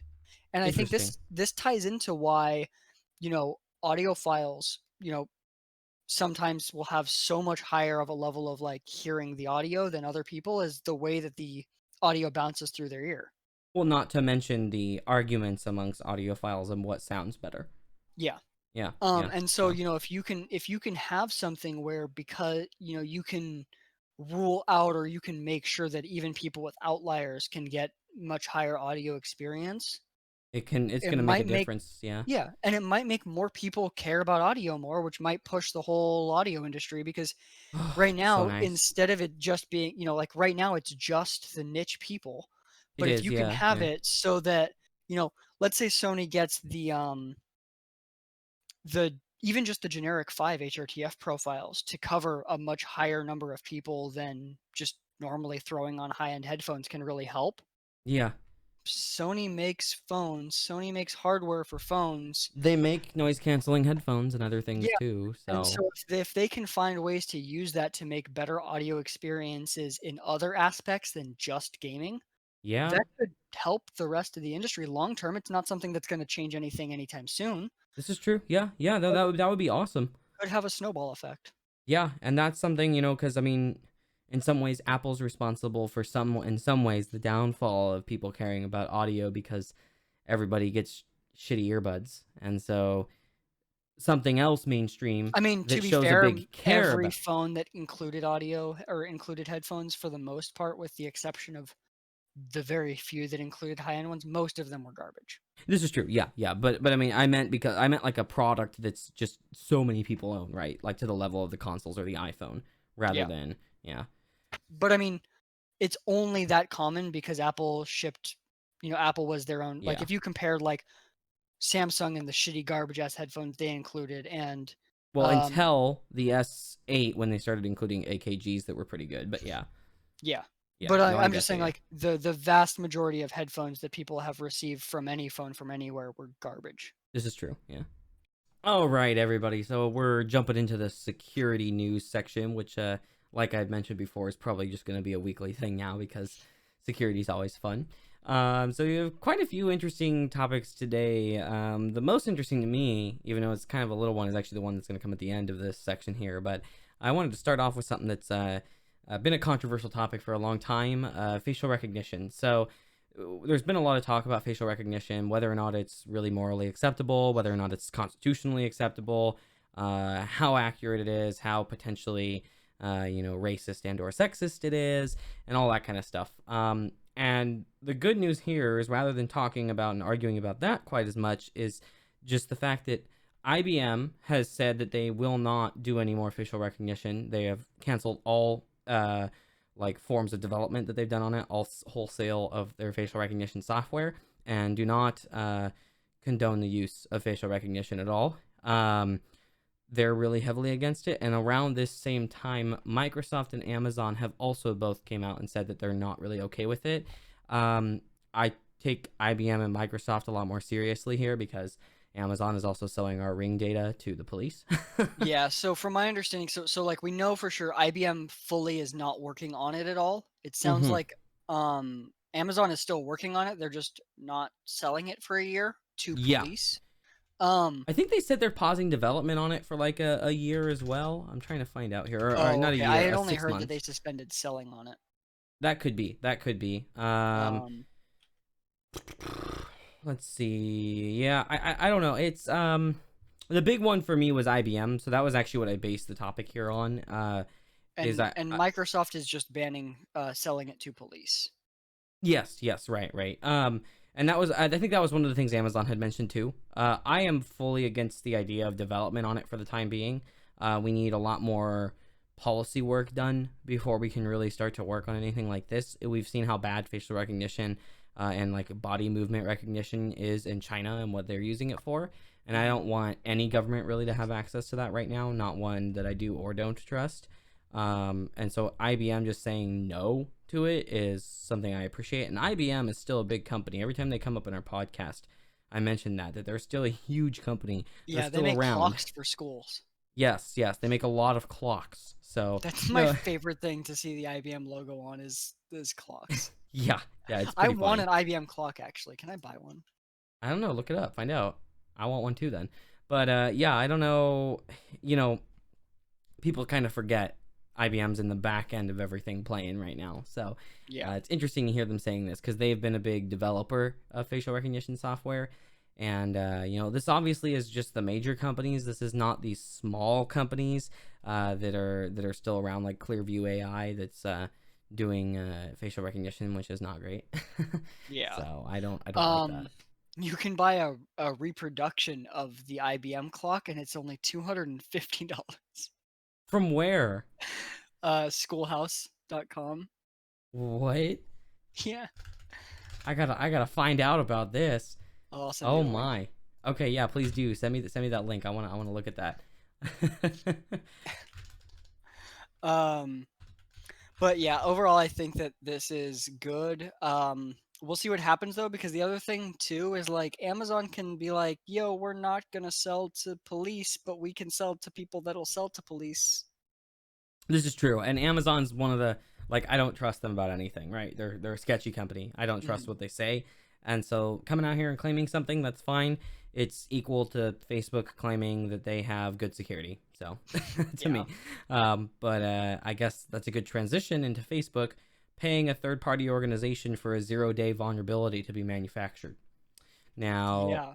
to be clear, I want to say first kudos to both Facebook and the FBI for using it to catch somebody so horrible. And I will not say a name, and I will not talk about what they did because it is frankly too disgusting to talk about, even if I weren't trying to monetize this. I will just say a child predator that they caught back in 2017. Really, really, really horrible person. And, it does emphasize that balance of security versus privacy being a significant issue Mhm. because this person was particularly hard to catch, and without doing this may have taken longer or never been possible. It was really bad. Yeah, and this is one of those things where, like, we see most of the laws attacking privacy and encryption Yeah. are based on, um, or at least their argument is going after child predators. Yeah. Mm-hmm. But this is a very interesting thing where it's not like there was like a back hole that was intentionally left there for this. It was literally they just found a way to get in for this specific situation, and that Yes, 0 it was not days. something that was like a pre-programmed like back door like we've talked Yeah. about the FBI wanting and stuff like that. This was something that Facebook paid their own money, six figures, albeit not a lot for them, but six figures to have this developed by a third-party cybersecurity firm in order to trick this person into opening up a video that finally allowed them to find out what their real IP address was so that they could get to them and take them down. And I'm really glad they did. Obviously, like this was, I want to emphasize that as much as possible. Good work in catching the person, but it just kind of disgusts me at the same time seeing a company paying for a zero-day vulnerability basically to be developed. It's not like they paid the makers of the software to develop it, so it kind of relied on a Tor reliant operating system vulnerability that was put in place, and it was not like the developers of that or anybody that had anything to do with Tor directly. As far as we know, of course, they just call it a cybersecurity Mhm. firm. But as far as we know, it was not the developers that put in the backdoor. It was actually a vulnerability that was made, right? Um, that was like researched and made by a third party organization. But it's still crazy to think that, this was disclosed, right? But what if this is going on and it's not disclosed, where they're potentially using it not to catch somebody so horrible? they're using it for tracking or something. Yeah, and this was not recent, right? Mm-mm. Yeah, so 2017 was when they caught the person. yeah, so like then for all we know, like they could have done this, if they tell us about this 3 years later, Yeah. So like, they what are could they doing right now? have done this multiple times. Yeah. Yeah, yeah, exactly. So it's weird. I don't know. It's just a weird situation, and privacy is a big deal to me, and should be to most people. And security is as well. And it's just, it bothers me seeing this kind of stuff happening. But this is also why I don't trust Facebook. Yeah. But Oh yeah. again, I'm really glad they caught this person. These Yeah. kinds of people need to be dealt with, I'll say. Um, yeah. So I don't know. I thought it was an interesting topic, but I don't have too much to add other than I don't like the idea of a manufactured vulnerability. Yeah. Yeah, so unfortunate. But now we can jump into Zoom, who's never been in the security news before, so it's really surprising hearing anything about them. Uh, so Zoom has had some more client issues. Now, first and foremost, the good news is these are patched. They've already been patched, so as long as you are updated, you're good to go. So they, I will say with the growth Zoom had, it's not surprising. We've said this before. It's not surprising to find vulnerabilities in software that grows so rapidly where its user base was smaller before. And the good thing is Zoom always seems to be very prompt about fixing them as quick as they can when they're notified, making sure to warn people, telling people the truth, and not trying to cover it up or hide any of this stuff. And oftentimes it's Yeah, fixed. and we'll talk about it with the next story too, but they're like weirdly transparent even when they do things that are like not good. Yeah, like things that you'd be like, okay, that's either not okay, or we'd prefer you didn't like. They're transparent, and that's important. Is I feel like, okay, we know a lot of other companies are doing some of the stuff that we're going to talk about later, similar type things, but we don't really know from them firsthand, but we know from Zoom firsthand on these things. And again, every time I like to bring up this, Zoom does have a HIPAA compliant version that has to not fall under some of this stuff that's talked about. So, Yeah. and the Zoom client is really good about prompting you to update when you open it, and so most people should be updated with this without a problem at all. So it's good. So Cisco Talos is one of the first groups to find, or not one of the first groups, but is the group to find both of these vulnerabilities. And what's interesting is Cisco is actually a big pusher of course, their own video conferencing product, WebEx. So there's probably a little bit of a back end there of Cisco being like, we don't mind spending money to try and find issues with a competitor, Yeah. which I don't know. I have mixed feelings about that in some ways, but it makes things more secure. So whatever. I have mixed feelings about Cisco in general. um, so I'm not going to go into mega detail, partially for sake of time here, but also because I'm not a full-fledged expert on these particular vulnerabilities. But there was a path traversal issue that had to do with the integrated GIF functions, and so that was something that they dealt with, where they could send a special message to a user, and it would. Why are you shaking your head? You know why. Because I said GIF the way it's supposed Yeah. to be pronounced. Yeah. Yeah, that's the way it's supposed to be pronounced, guys. So just saying. Otherwise, we would say JPEG, JPG. So just saying. Um. So anyway, yeah. So it was a path traversal issue. It's kind of similar to a previous path traversal issue that they had in the past, and it's been since patched. So you're pretty much good to go now. And then there was also a issue with the real-time chat where somebody could send a specially crafted message that would it had to be interacted with generally, but it would allow them to compromise the system and do remote code execution, which of course is horrid. So two really bad issues, but luckily they've been fixed. And like I said, Zoom is pretty good about prompting for updates. So the majority of people should be good. You should definitely just update Zoom when it asks for an update. Like that's just something that you should absolutely do. So, but that's pretty much it. There's not too much more to go into with their security issues in specific, but we have another little point here about Zoom working with China. So this was something that you actually researched more than me, but yeah, I'll let you go Yeah, ahead. so essentially what happened, Zoom had started getting a lot of criticism because it came out that they had suspended 3 accounts, And essentially, what happened was China had reported to Zoom that there were 4 calls that were going to be taking place to commemorate the Tiananmen Square massacre. And Mm. Zoom looked into it and determined that 3 of the 4 calls had, were for sure or were very likely to have people from China participating, Mm-hmm. not hosting, but participating. Yeah. So they banned the people, or suspended, temporarily banned the people hosting the calls of those 3 that were likely to Yeah. have people from mainland China, um, because China didn't want them to have the calls. It's really weird that they Yeah. would, So they because they were not literally hosted by Chinese at all, like anybody from China, right? All 4 of them, as far as we know, were hosted elsewhere, correct? correct. So they suspended 4 users who were not in mainland China for doing calls that China didn't like involving Chinese citizens. Weird. That's just weird that they can suspend the account. But I mean, I mean, Zoom can suspend whoever they want. no, they can. I'm just saying it's weird that that's the choice instead of just canceling the meeting. But I guess the concern would be they just send out another meeting. Well, yeah, and that's where Yeah. the next thing comes in, is that Zoom is working on a feature to region block people so that if this happens again, instead of suspending the host, they can block people from China from being able to join the call. Hmm. But since So they they're didn't finding have that this. in place, what their solution was to temporarily ban non-Chinese participants, or as well. Yeah, which is sketchy, to Like, say the China least. shouldn't have that, essentially Authority. that authority over a Yeah. non-Chinese company, let alone any company operating Or any anything outside of citizen China. outside of China. Yeah, absolutely. Yeah. Yeah.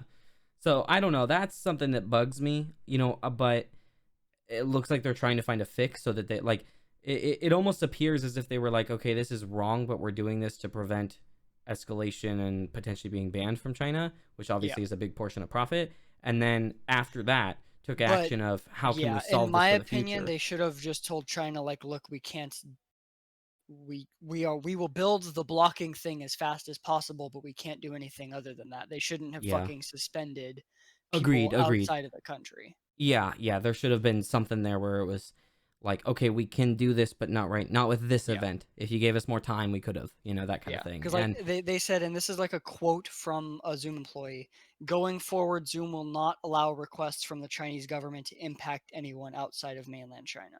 so They that's also shouldn't good. have from the first place. Agreed, agreed. But it's almost like, okay, a mistake was made in some ways. Like somebody made some kind of decision here, and it was objectively speaking the wrong decision. But they realized it was the wrong decision later and said, okay, we're gonna build out something that's gonna help us fix this, and also will not do this going forward. And so it kind of goes back to the security thing of with Zoom so far, we've seen a lot of here's a problem, but they're transparent and they fix it. Yeah, I mean, so the thing here though is it doesn't really, to me, seem like it was like an employee just like happened to make a bad decision, because Yeah, this is all like, this is not like this is happening, months later, that they're like, "Oh no, we shouldn't have done that. We're fixing the thing." It really right. seems like what happened was they got the request. They were like, "And we're just going to comply in the way that's easiest now, and then build the solution as soon as we can." Yeah, yeah. And then Um, how much of this was influenced by negativity from the public, right? yeah, Too. Like did they decide, "Hey, we should build this out so we can fix this in the future" at the time of the event or at the time of public outcry? Right? yeah. But at least they're listening to the public if that's the case then too. They're listening to what people are saying is not acceptable. So, Mhm. I don't know. I have mixed feelings about it because I think Zoom is genuinely a pretty great platform. There are open source alternatives that I would feel more private with unless you're paying for something like the HIPAA compliant version, the Mhm. healthcare version. But um, at the same time, Zoom is genuinely a good platform. It has a lot of good features. It's extraordinarily user friendly. It never has any problems and problems in terms of like stability, like crashes and stuff. It seems to be very, very stable. Um, I don't have to train people to use it too much. It's pretty intuitive. So I don't know. And they have features that I wouldn't expect a video conferencing thing to have as well. Mhm. So very mixed feelings for me personally about it, because the transparency is something that I do want to give them credit for, because we don't see that from most companies. Yeah, I'm surprised they pretty much just straight up were like, yeah, we let the Chinese government manipulate us into suspending users outside of China.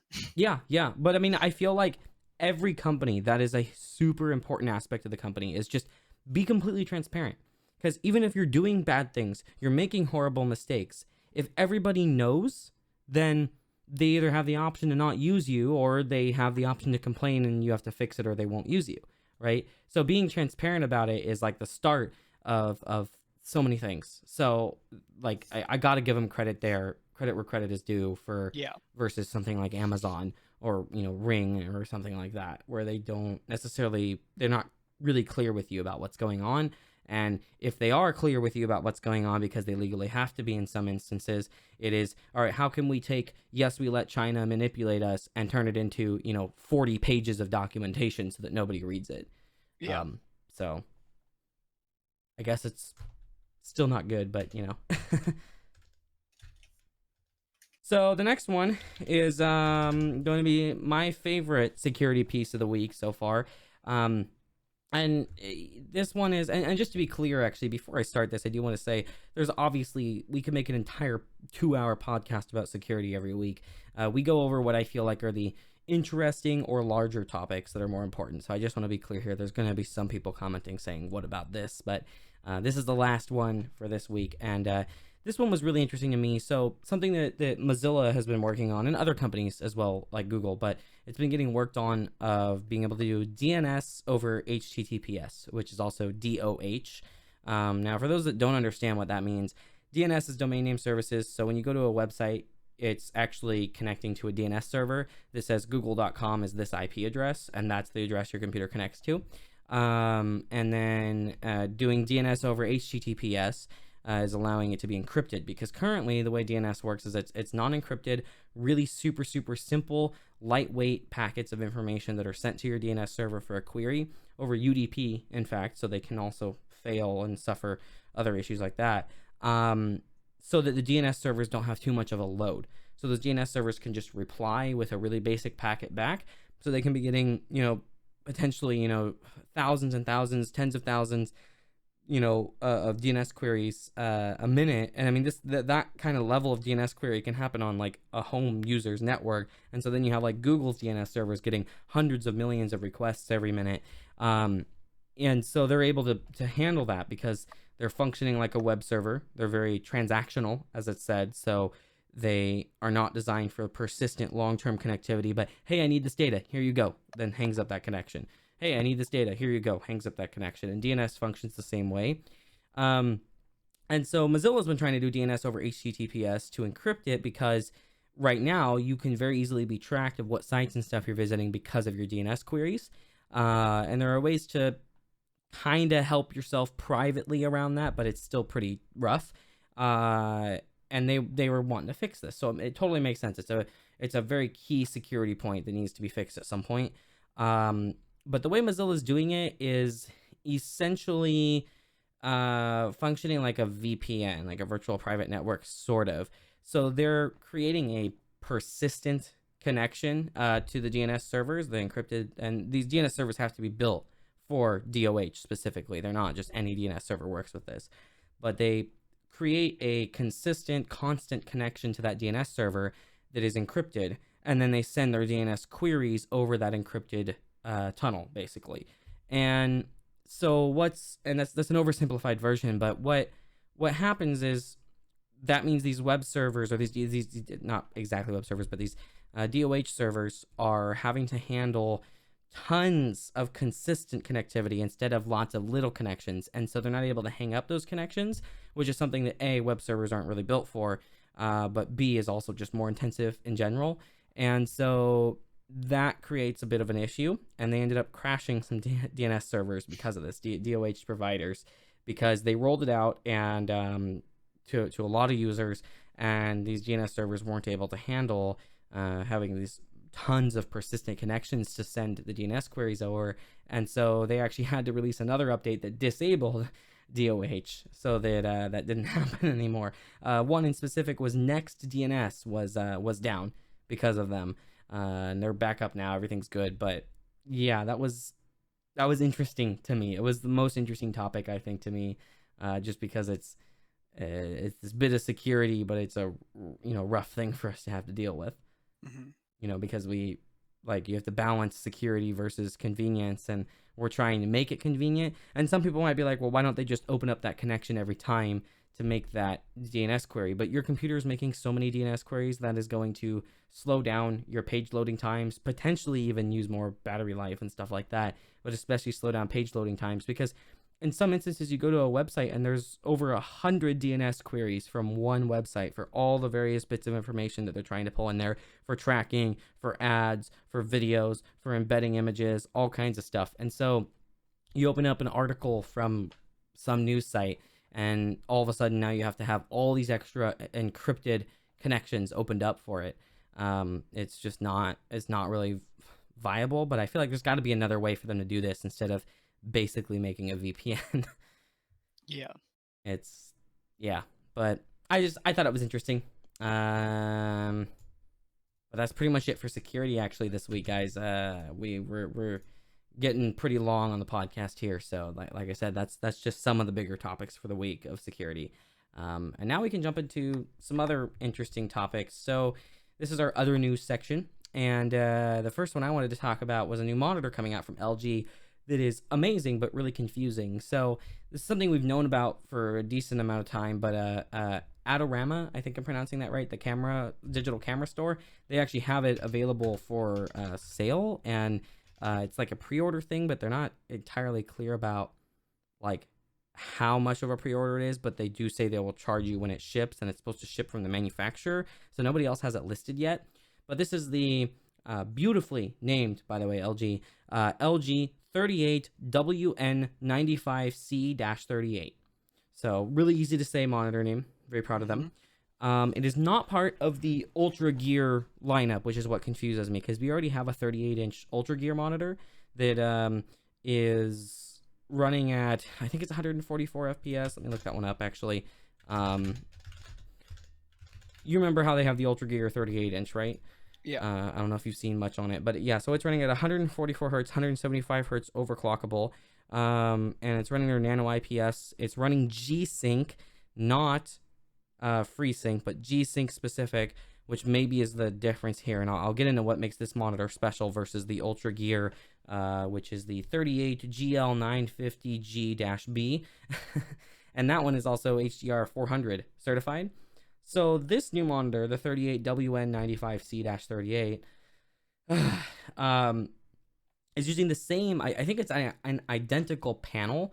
It's using their Nano IPS technology, so it has a 1 millisecond response time. It's the best response time you're getting out of IPS, basically. It's been measured to not quite be 1 millisecond, but it's easy for monitor companies to claim whatever they want. It's 144 hertz, also seems to be overclockable to like 170, 175 range. I'm sure your mileage may vary on that some, like most overclockable monitors, as well as there's bandwidth limitations and stuff. It's a resolution of 3840 by 1600, and it is G-Sync compatible, which means it is FreeSync, meaning it'll work on AMD displays, AMD GPUs, as well as Intel GPUs if they support it. And so that right there is one of the big differences versus the Ultra Gear. So I thought that was really cool to see G-Sync compatible FreeSync on a monitor like this. Really, like, that's been a big restriction for me, is I don't want to buy any G-Sync specific monitor because I don't want to have to replace it if I get a new GPU, you know? Yeah. And so, and your monitor is the 34-inch monoprice one, right? Is that Yeah. FreeSync or G-Sync? It's FreeSync. Yeah, so that's also FreeSync. So, and is that just the 75 hertz or is that 100? I think it's 100, right? It's 100 hertz, yeah. Yeah. Okay, cool. You see, so the monitor I'm using is actually, well, I'll get to that in a second. So, and then the biggest difference here, aside from being FreeSync instead of G-Sync, is, but again, G-Sync compatible means it will automatically be detected, and you can turn on G-Sync with a flip of a switch, or automatically in some cases with NVIDIA GPUs, versus regular FreeSync monitors, which aren't certified with NVIDIA, so you have to go through a couple extra steps to enable it, even though it pretty much always works. But this also meets the HDR 600 certification from the VESA group. Now, 600 is not the best of the best, right? 1,000 is the best right now. But that's a lot better than the HDR 400 VESA certification that the Ultra Gear has. Yeah. It still amazes me that PC monitors are having such a hard time getting 1,000 hertz consistently, whereas TVs, it's like that's just already normal. Yeah, except for OLEDs, of course. OLEDs are still Yeah. in the 6 to But 800 range, but OLEDs don't need it as much, like to achieve the contrast at least. yeah, well, because they can get dimmer, Yeah. because they can go down to literally nothing or very slightly Yeah. above it if needed. So But yeah, I'm just like it's just so weird that like a fairly shitty TV can hit 1,000 hertz, whereas like really expensive nits, you mean, monitors right? can't. Or yes, Yeah, okay, yeah, uh, yeah, really like expensive monitors are yeah. having You have hard to like times. spend a serious amount of cash to get a Yeah, and like like production m- monitor. monitors have always been to me like such a weird thing price wise, where it's like Yeah, you can get you know a $400 TV that looks better than an $800 monitor. so I think there's a couple reasons for that. Is one, monitors are more dense, so if you get a smaller package, right, those pixels are all smaller. If it's the same resolution, and you don't have as much lighting, like you don't have as big of a backlight and stuff like that. But But like you don't see the cost issue applying to phones in the same way, and phones are this that is true. problem amplified. So what I think the biggest thing is and not even in specific to the 38-inch, but it's even more so true for that kind of weird form factor, is there's more competition in monitors, and so you sell less of them, right? So competition promotes the best product for the best price in theory. When you have like, okay, it's pretty obvious if you have a fairly lower budget for a good TV, you buy a TCL. If you have a decent budget, you might go with like a Sony or a Samsung. If you have a great budget, you go up to a Sony or LG OLED. And there's not a lot of there's options, but not a million options the way monitors, where you can scroll through 27-inch monitors for hours online. There's so many of them. Yeah, but let's be real, it's not like there's a lot of people actually making the panels for monitors. This is true, yeah. And so I guess I'm comfortable with the crazy weird pricing for something like a 38-inch that's not going to sell a lot. Mostly people buy Yeah, that 34s. that Yeah, stuff makes more sense. I mean, ultra wides in general make a lot more sense, but yeah, like yeah, the fact that like you can't even get like a 27-inch 1,000 nit monitor for like a reasonable price, whereas you yeah. can get a fucking 55-inch 1,000 nit TV for Yeah, cheaper. yeah. I feel like you should be able to get like a 27-inch, like 100 hertz, free sync 1,000 nit monitor for like $700, $600. Because I mean, you can get like a 50-inch TV for like 450. That's 1,000 nits. Dolby And Vision for certified. 700 nowadays, you could probably get a 120 hertz 55-inch TV. Yeah, yeah, probably because they're starting to become more of a thing. So Yeah, I don't know. Yeah, it is weird, and I'm totally okay with it for the weird monitors, like you said as well. But yeah. I don't know. What I will say is like I'm definitely heavily considering this as an upgrade versus my XR382CQK and a bunch more letters Acer monitor that I have, which is a 38-inch 3840 by 1600, but it's only 75 hertz. It is free sync, but it's a really narrow range of 40 to 75, and it doesn't seem to work on NVIDIA GPUs. It just goes black and or flashes. Really weird, but it does work on AMD GPUs, so I don't know, kind of weird. Because I know there's some people that say that, well, if it works on an AMD, it's going to work on an NVIDIA. That's not my experience. But it's also only HDR, but doesn't actually have like an HDR 400 certification. So going all the way up to a HDR 600 could be a big deal to me. Mhm. So people that have been holding out for a really good PC monitor probably should look into this, and this might actually have better color accuracy than the current Ultra Gear. It might be tuned better. And the funny thing is, this is $200 cheaper than the current Ultra Gear, even though it's HDR 600 and FreeSync. But of course, that's because NVIDIA charges for their G-Sync module. Yeah. um, but I don't know yet if I really want to spend that kind of money on this. When I have Also, something why similar. is it that LG's TV division can come up with shorter names than their fucking monitor division? Oh, I don't understand monitors at all. I think it's a meme at this point, in like internally for the companies. Like, Yeah. dude, I can't even whoa. Whoa, whoa, whoa. Something just caused me to drop a lot of frames. Sorry about that, anybody that was watching. um, like they're fine now, but that was weird. So yeah, so like my monitor's full name is XR382CQK BMIJQPHUZX. And I agree with you. I don't understand why they do that. It's crazy. But Yeah, whereas like if you look at like LG's TVs, for example, yeah, if it wasn't for the fact that they put OLED in the model number, it would be 55 for the size, B9 for the fact that it's the B9, and then PUA. I don't know what that stands for, but it's like it's the C9, 55 yeah. B9 Or PUA B9, yeah. makes a lot more sense than fucking WNN or 38 WN95C. Yeah, like I don't even know where they're getting this 9.5 from. It's not like it's W like 38 width and then like they could use H for hertz and then like 144 or something.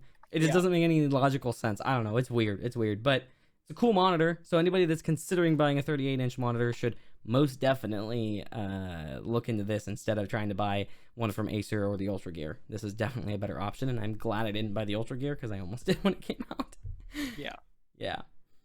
So next topic is an interesting one. So the NVIDIA RTX 3080 and potentially the cooler design for a lot of the higher end 30 series was leaked, and we actually got a whole bunch of 3D renders of it as well as real pictures that look like they're pretty legit. This does come from WCCF Tech as well as other sources talked about it. Take it with a grain of salt, but it definitely looks like it's well enough. It's a high quality enough picture. It was definitely something I would say that existed at some point. Yeah, so the video that I would recommend people look at is the 3090 and 3080 leak video from Moore's Law is Dead. Mm-hmm. Mm-hmm. That YouTube channel does a pretty good job at getting info on PC hardware. In fact, they've been the source that a lot of other websites have mentioned for other PC Yeah. hardware leaks. And he did like a 10-minute video on it as well as his like podcast episode. But Yeah. um, yeah, I'd recommend that one personally. Yeah. It was a good video. He does a lot of good videos actually. I really like his Yeah. content for sure. But it looks like it could actually have really good cooling capacity for a 2-slot card. It's definitely a very unique and interesting design. I'll of course have images up on the screen of that for you guys. It's I don't know. It's unique. I think it could look good in a system, but we've got to wait and see till it actually comes out. Some people hate the design, but I personally think it looks pretty great. But then again, I don't like the PS5 design. I do like the Cybertruck design, so maybe I just like weird things. I don't know. No, um, because if you liked weird things, you'd like the PS5 design because it is weird. that's true. That's a good point. Yeah, I don't know. I don't know what maybe industrial look. I don't know. You also have Um, bad taste in some cases. no, I don't. It was a terrible movie. So I'm still really mad that they don't support blower cards on the reference ones because there are blower models made by like Asus and stuff like that, the 20 series after the fact, but they're cheaper actually too, but they're not premium looking blowing cards, and that's something that I've always liked. Um, and for like servers, small form factor builds, stuff like that, blower cards can be like a huge deal, and in some cases there are like really small cases that are built around the idea you have a blower card, and you're going to have serious problems if you try and use a regular like 2-fan or 3-fan card in there because it's not going to have anything that helps exhaust that hot air out of the case. And so some of them are designed where the GPU is like its own chamber, sucks in air, blows out air. The PSU is like its own chamber, in air, out air. And I guess my thought is obviously for servers and stuff like that, it doesn't matter if it's an Asus design one that's gray or something like that. Or you can actually see my blower 2060 in here. You can barely see it because my mic's Mm-hmm. blocking it. But that's the 2060 I got, and I got a blower because it's right up against the glass, which is another more common thing we're seeing. And blower cards do a lot better job right up against the glass. Still don't like them being right up against the glass anyway, but it was nice So, having a premium blower card. so something to ask about that. So one of the things as NVIDIA pushed more into making, or not making, obviously they make their own GPUs. Yeah. That's the point. But selling their own GPUs that were like built by NVIDIA. because they sold them specifically through Best Buy for a while, so they didn't gain a lot of traction. And Yeah. then eventually they started selling them properly through all channels, and they got a lot of criticism for competing with their board partners. Yes. Yes. Now, so we run into the issue of, do they make just blower, if we say want to have them make like high-end blower cards again, do Mm-hmm. we have them just make blower cards, at which point they're just not going to sell as well because not as many people buy those, and so Yeah. therefore like they just lose business? Or do we have them have, especially for something like this, presumably they wouldn't go with a design like this that's so unique and so abnormal, Mm-hmm. if they didn't feel like there was a need to do something crazy for cooling capacity. And so, Yeah. even if they can make a blower card work, but just maybe, it won't perform as well, it won't hit as high of clocks. The issue that we run into is, if they were then releasing a card like this and a blower card, then they'd be even further cannibalizing the board partner market and further competing with board partners, instead of just expecting board partners to, if they want, if there is any kind of demand for nicer looking blower cards, why don't board partners make them?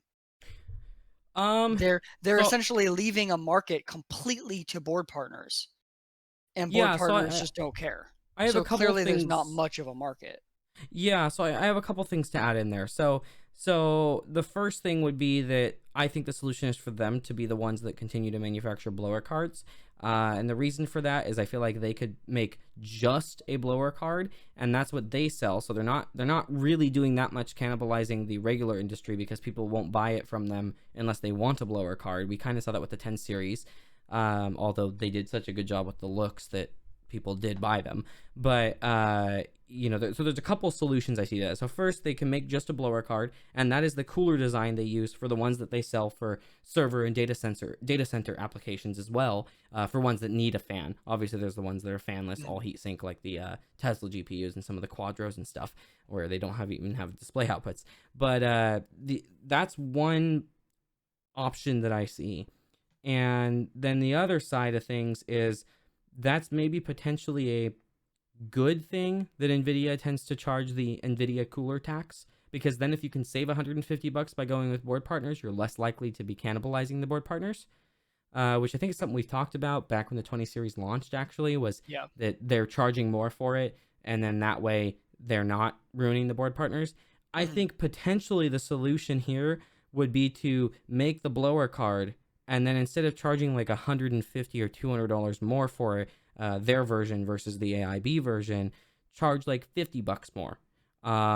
So then there's that price increase and the fact that it's a blower, which isn't going to cool as good in most situations as a dual or triple axial fan design, and it costs more. So you're not going to cannibalize as much, but you still have the option for a really nice blower card for those that need it, as well as server applications. But there's some But issues there again, like too. for me, it's just like, if there was enough of a market for them to care about that, then a board partner would do it. Yeah, the board partners just make ugly ones. Um, you're right; they don't sell as well because they're not as quiet and they don't cool as well. I'm just a fan of them because I Yeah. throw I old just GPUs in a server. I've got GPUs up against glass. Yeah. Um, so that's me, I guess. Maybe that's just my fault. Mhm.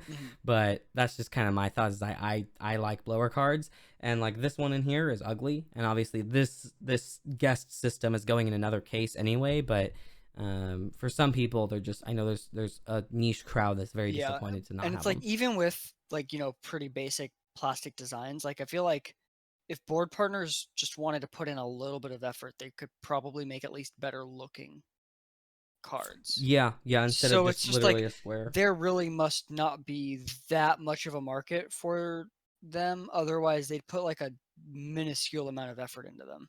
Yeah, you're probably right. Yeah, yeah. So that's why they moved away from And it. it's like, when you look at like the really small cases, for example, that would need a blower card, Hmm. um, most of those you're not looking at the GPU, so the looks don't matter. This is true. Yeah, and I guess to add to your thoughts on that a little more too is, most people want most people are going to try and find a solution with nicer cards anyway. So if they have a case that has poor airflow, they oftentimes will still choose the dual axial card because it looks Hello? better.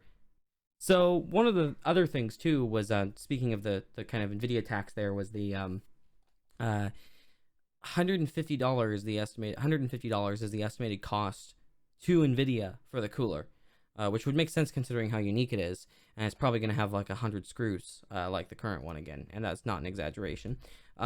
So that's interesting. It means the Nvidia tax is probably going to be $150 to $200 this time around. Um, I don't know how you feel about that. It helps not cannibalize, I guess. Yeah, I mean, really, it comes down to performance for me. If it Yeah, does a good job of staying cool and quiet, I think it's fine to have that as an option in the market. And again, like you can buy cheaper GPUs elsewhere. You don't yeah, have to buy the Nvidia one.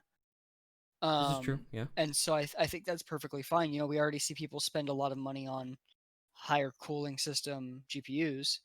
yeah, So Nvidia deciding to go with that as their option is a okay with me. yeah. I guess it makes sense then at that point. I'm not And in fact, of all the necessarily. cards, it makes sense for Nvidia to focus on what they're gonna sell. I think that them focusing on the higher end ones makes sense. Their card should be, in my opinion, um, like the like this is what the card can perform at cards. Yeah, yeah, and plus the unique design, some people might want to go for it for that. The issue that I have sometimes with the Nvidia tax being put in place is actually, not it's the water cooling community, which obviously are not usually strapped for cash, but I feel like that card is generally the best card to water cool because it's using the reference PCB and is sometimes easiest to get a hold of stock wise and stuff like that. And so it does kind of suck in some ways for water coolers when they need to spend an extra $100 to $200 on a card, just to get the reference PCB, so they can be one of the first to also get the, like reference designed water block for it. So I agree it does kind of suck, but I don't think that that's something Nvidia should really prioritize at all.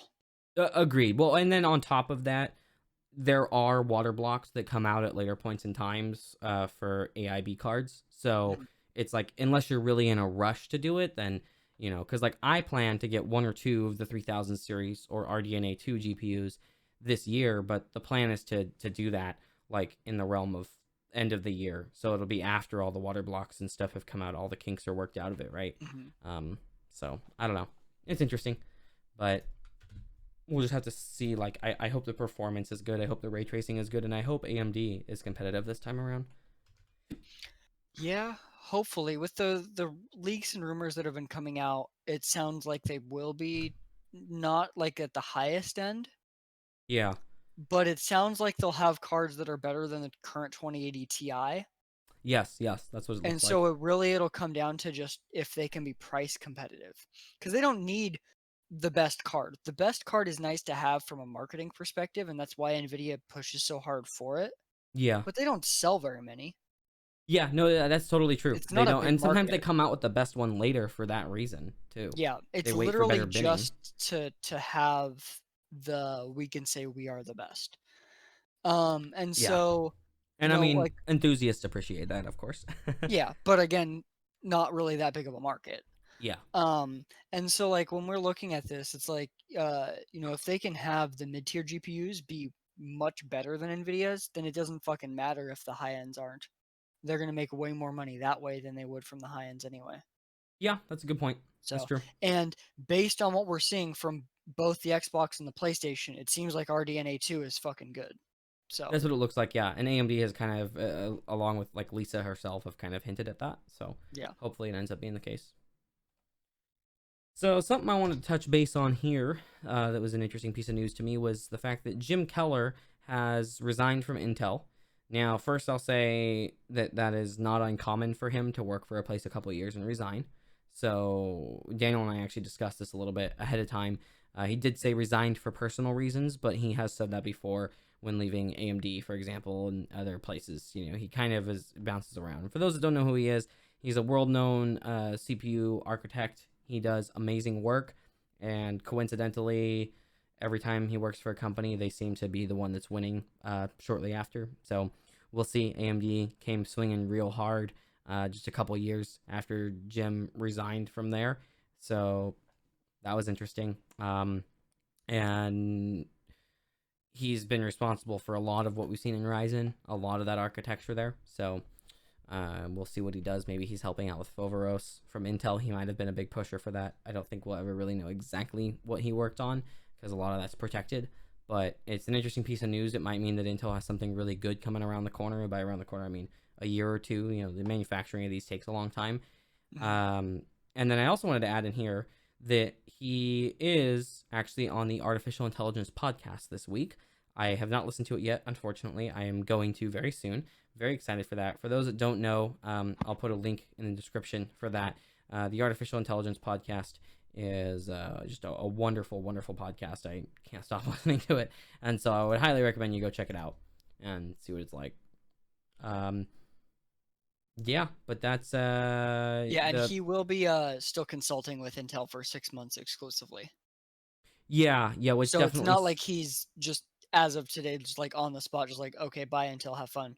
yeah, It's he's stepping back from his role, and for whatever Intel has still going on with whatever he was working on, he is yep. still giving feedback.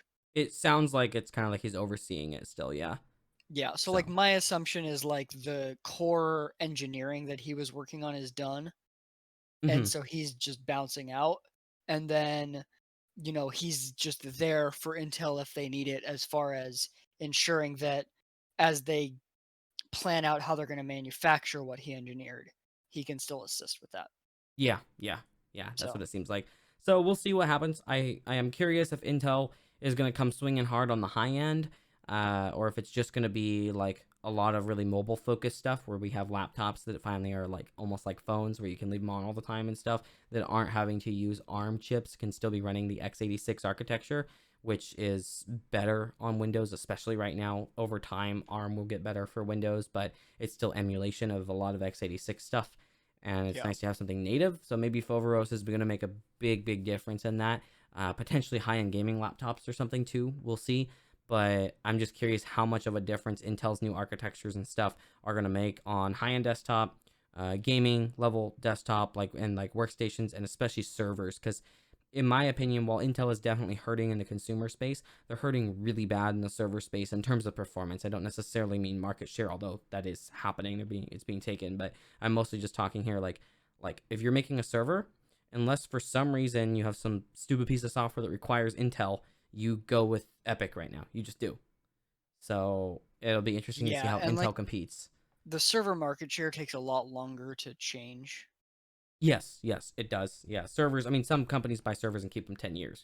Yeah, But it like for the time being, new servers being put in place are running Epic very heavily because unless there's contracts or unless there's software that's lying to you saying it doesn't work on AMD, then it's AMD all around right now. Better, more PCI Express lanes, more bandwidth, more cores, lower price, and just potentially, we don't know a ton about the longevity, but probably similar longevity in terms yeah. of reliability. So yeah, so this next one was really interesting. You're the one that did all the research on this, so I'll let you chat about it. Yeah, so there's been a lot of rumors for a while that Apple was working on ARM chips that would be used in their Mac lineup of hardware. Yeah. Apple obviously already makes their own, or at least designs their own ARM chips for iPhone, and they Mm-hmm. perform very well, very, very well. They're Yeah. the best mobile chips out. And in many cases of obviously I don't really like comparing benchmarks of like ARM versus x86 because they're Yeah. not really representative of anything. Yeah. But they benchmark very well too. Hmm. And so this has been kind of expected, but we've been wondering when it's going to happen. And Yeah, we've been it talking about this for like a year or something now. yeah, Rumors about it. Yeah. and it sounds like at WWDC, which is coming up not too far away, Apple is going to announce the first ARM chips for Mac. Um, Now, for me, what I see as the most likely scenario with this is that they're going to announce it this year, and not release it until next year. And there's a couple reasons for that. Yeah. One, Mac apps that are made for x86, even if Apple builds some compatibility layer, are not like the Or performance like apps aren't going to emulation. run well. Yeah. Yeah, Because I yeah, mean, like, we've seen now how building the right compatibility layer and building the right tools can make it so that even shitty ARM chips can do very well at running things that people did not think they could run on ARM. The yeah. best example of that is NVIDIA's ARM chips and the Shield, which they got Battlefield running on, and Mm-hmm. more importantly, the Nintendo Switch. Yeah. It's just interesting programming you have to do. And I mean, for a desktop compute space, especially with Windows, like x86 makes sense, but Mhm. I want to see I in some ways I feel like Apple hasn't been leveraging what they do on their other platforms with Mac quite as much, and I'd like to see that. And by that I mean, you know, doing something really custom and special that differentiates them from other people. And the Mhm. MacBooks in particular, I mean, they've been very premium. In fact, I still think some of the best looking machines out there. Yeah. But other than the fact that they run Mac OS, what really separates them?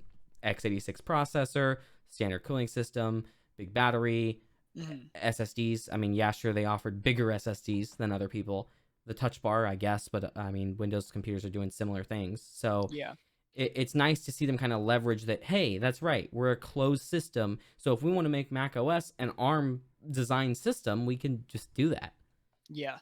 Um, so I think that's what's going to happen is they're going to announce it this year and launch it next year. The other Hmm. big thing is that I just don't see them launching this before USB 4. I Because agree.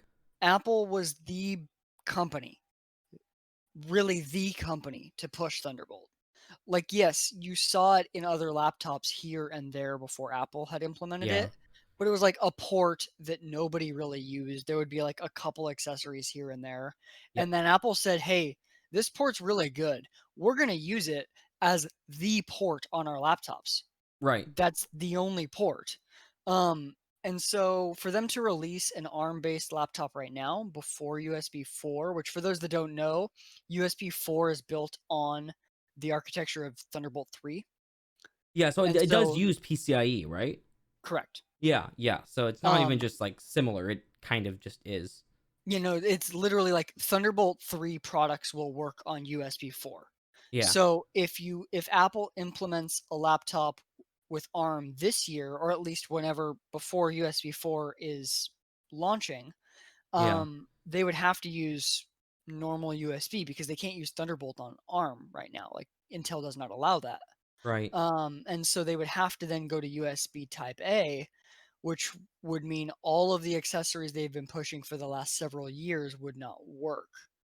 Um, Apple does a lot Yeah. of They weird wouldn't do things with that. ports. That's not the type of move Apple would do. The thing Apple does with ports is they drop ports they don't like anymore for the ports they want to see the future of ports being used for.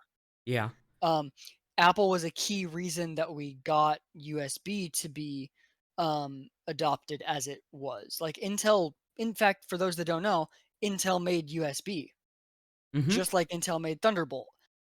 But it wasn't until other companies adopted USB, a big part of that was Apple, that it became a bigger thing. And same thing with Thunderbolt. Intel made it, Apple adopted it at a greater level than any other company did, and then it became more mainstream, and now it's just being rolled into the USB standard. Again, it's like Um, because they can, because yeah. they have so much control over their platform. Oh yeah. No other company could say, like, Asus couldn't drop a lot, like all of their laptops have them drop all other ports besides Thunderbolt, and people would be like, "Oh yeah, that's fine. We'll buy that still." They would just be No. like, "Okay, we're gonna go buy the Dell or we're gonna go buy the HP laptop. Fuck you." Yeah. Yeah. Uh-huh.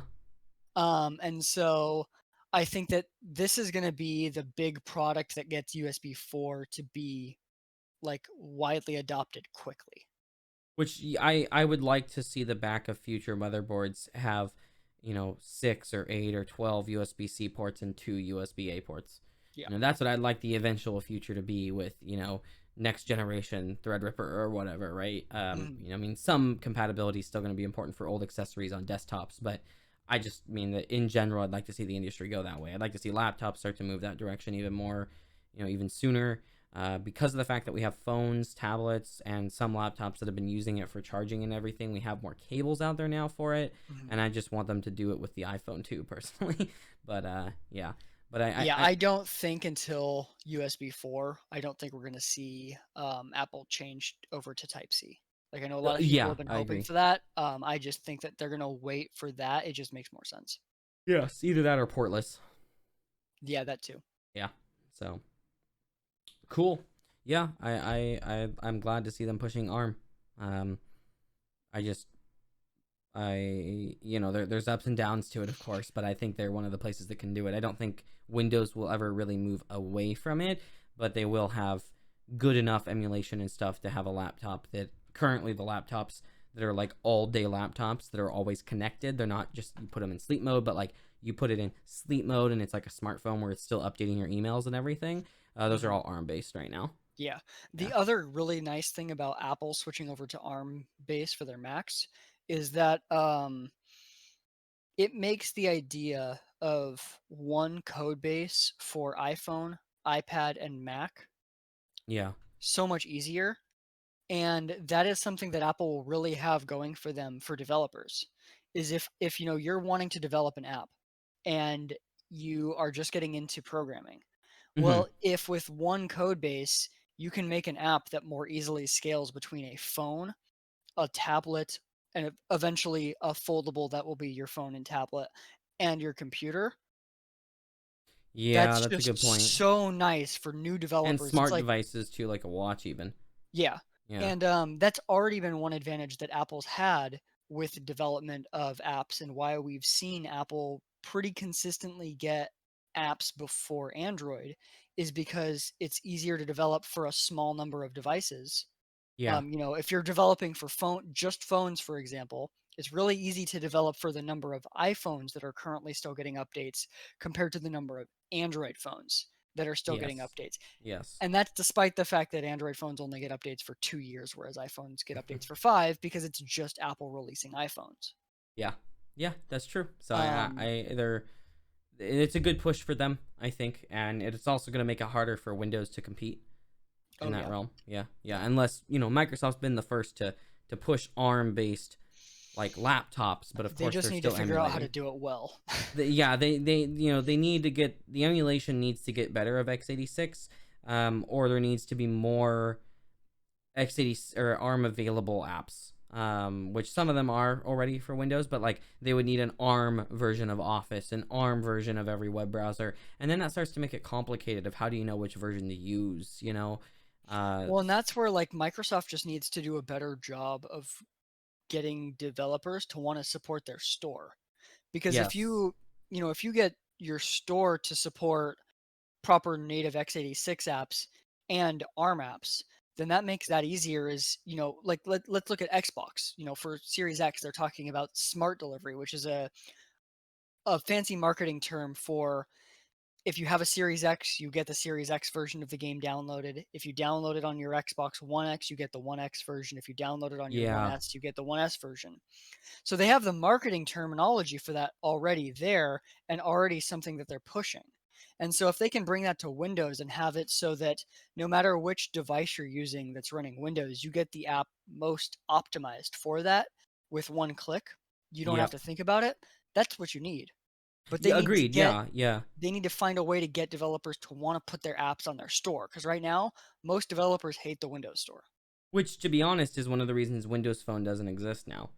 I Yeah. mean, like one of the huge reasons, realistically, because Windows Phone could have done better on the looks and stuff, but that can all improve. But if the apps aren't there, the apps aren't there.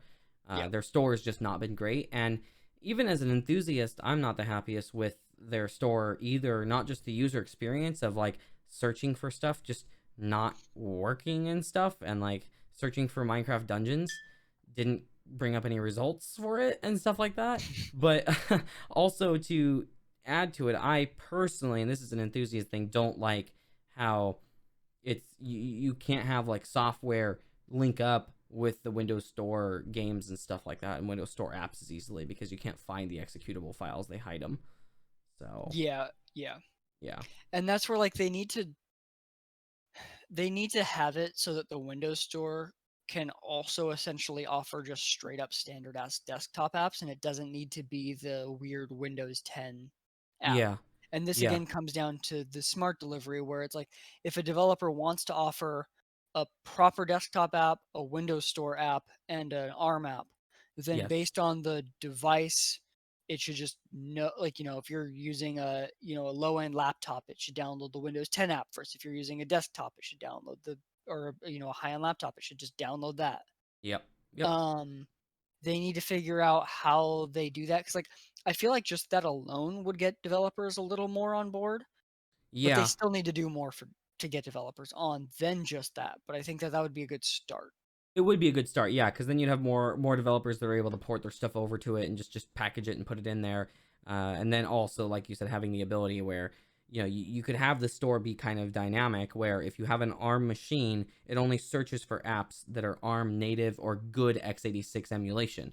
Yeah, You won't find the other things that you would find via like a web browser on there. But if you search for that on an x86 machine, then it will find those x86 apps and also won't find apps that are ARM only, right? So, yeah, yeah, I think that would be a good solution. But of course, the core thing with Windows is like still keeping the functionality of being able to use a browser to go download whatever you want, be able to access everything on your system as a like a prosumer enthusiast, that kind of thing. So, yeah. And that's where, like, again, I think it's important for them to get the Windows Store to support normal desktop apps rather than hmm trying to force apps through the Windows 10 app format. yeah, agreed. Yeah, uh huh. Because as long as they have, uh, you have to use that Windows 10 app format, a lot of companies are just not going to want to give a shit because they Yeah, don't want to because make for a apps like lot of that. yeah, it's disgusting in a lot of ways, and I mean Yeah. some apps Whereas, work like, great for it, but if I could, upon setting up my computer, go onto the Windows Store to download Discord and have it update that way, yeah, and that'd be Firefox dope. and whatever else, yeah. Yeah, I mean, web browsers, I'd expect they'll be a little less happy Yeah, to but you get kind support. of what I mean. Yeah, Yeah, yeah. but And they like don't if even have to. They also would need to make it so that the app doesn't have to update through the store. It can just be an installation point, and then the app can still update itself too.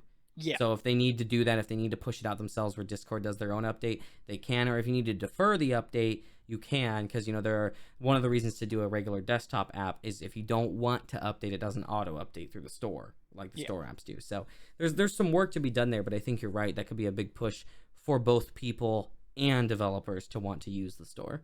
Mhm. Yeah. On this next topic, we should probably do because this is a 3-hour podcast.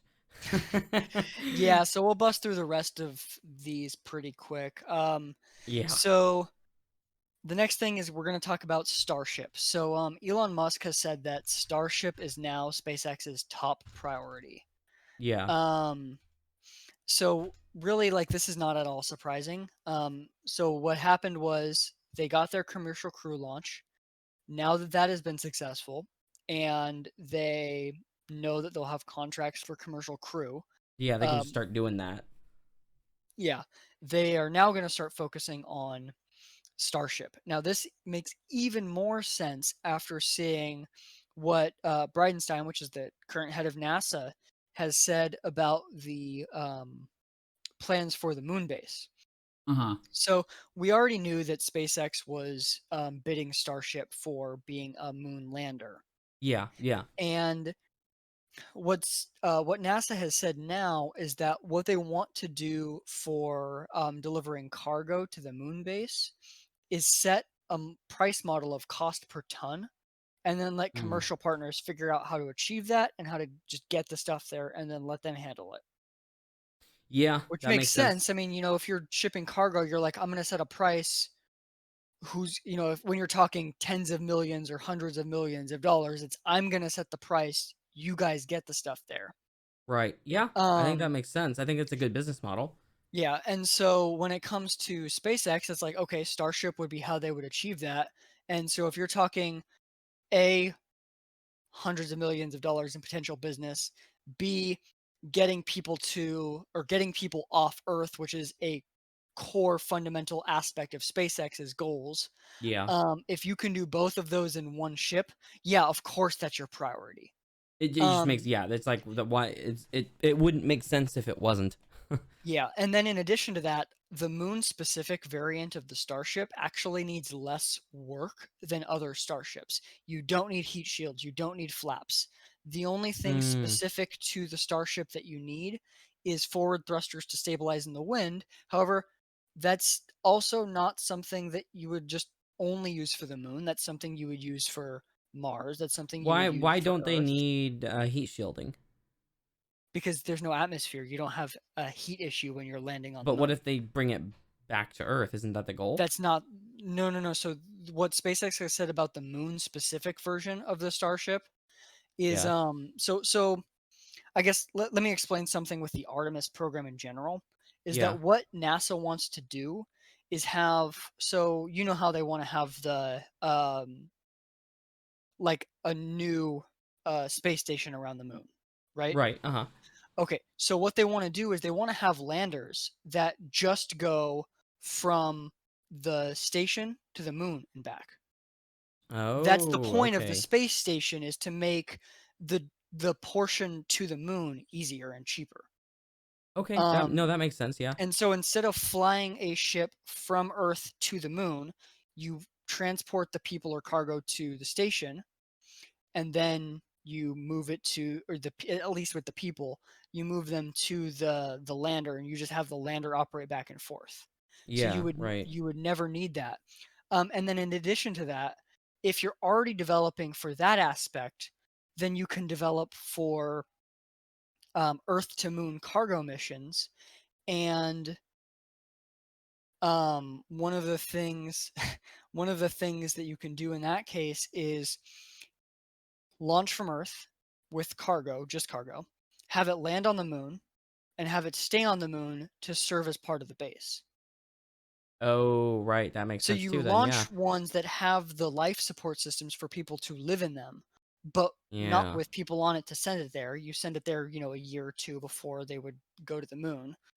But Mhm. then, especially very early on in establishing any kind of permanent presence on the moon, Mars, anything else like that, um, you're either going to have to send drones years in advance to build out the base, which even then you'd have to have drones do a lot of testing to ensure safety. Because Yep. if they're assembling it, you need to make sure it's going to be something the humans can breathe in.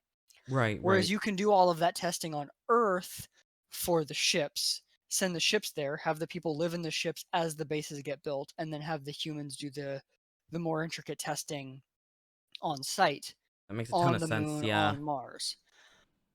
Okay. Like a So temporary base kind of thing or even correct, yeah. semi-permanent. Yeah, yeah. Yeah, Interesting.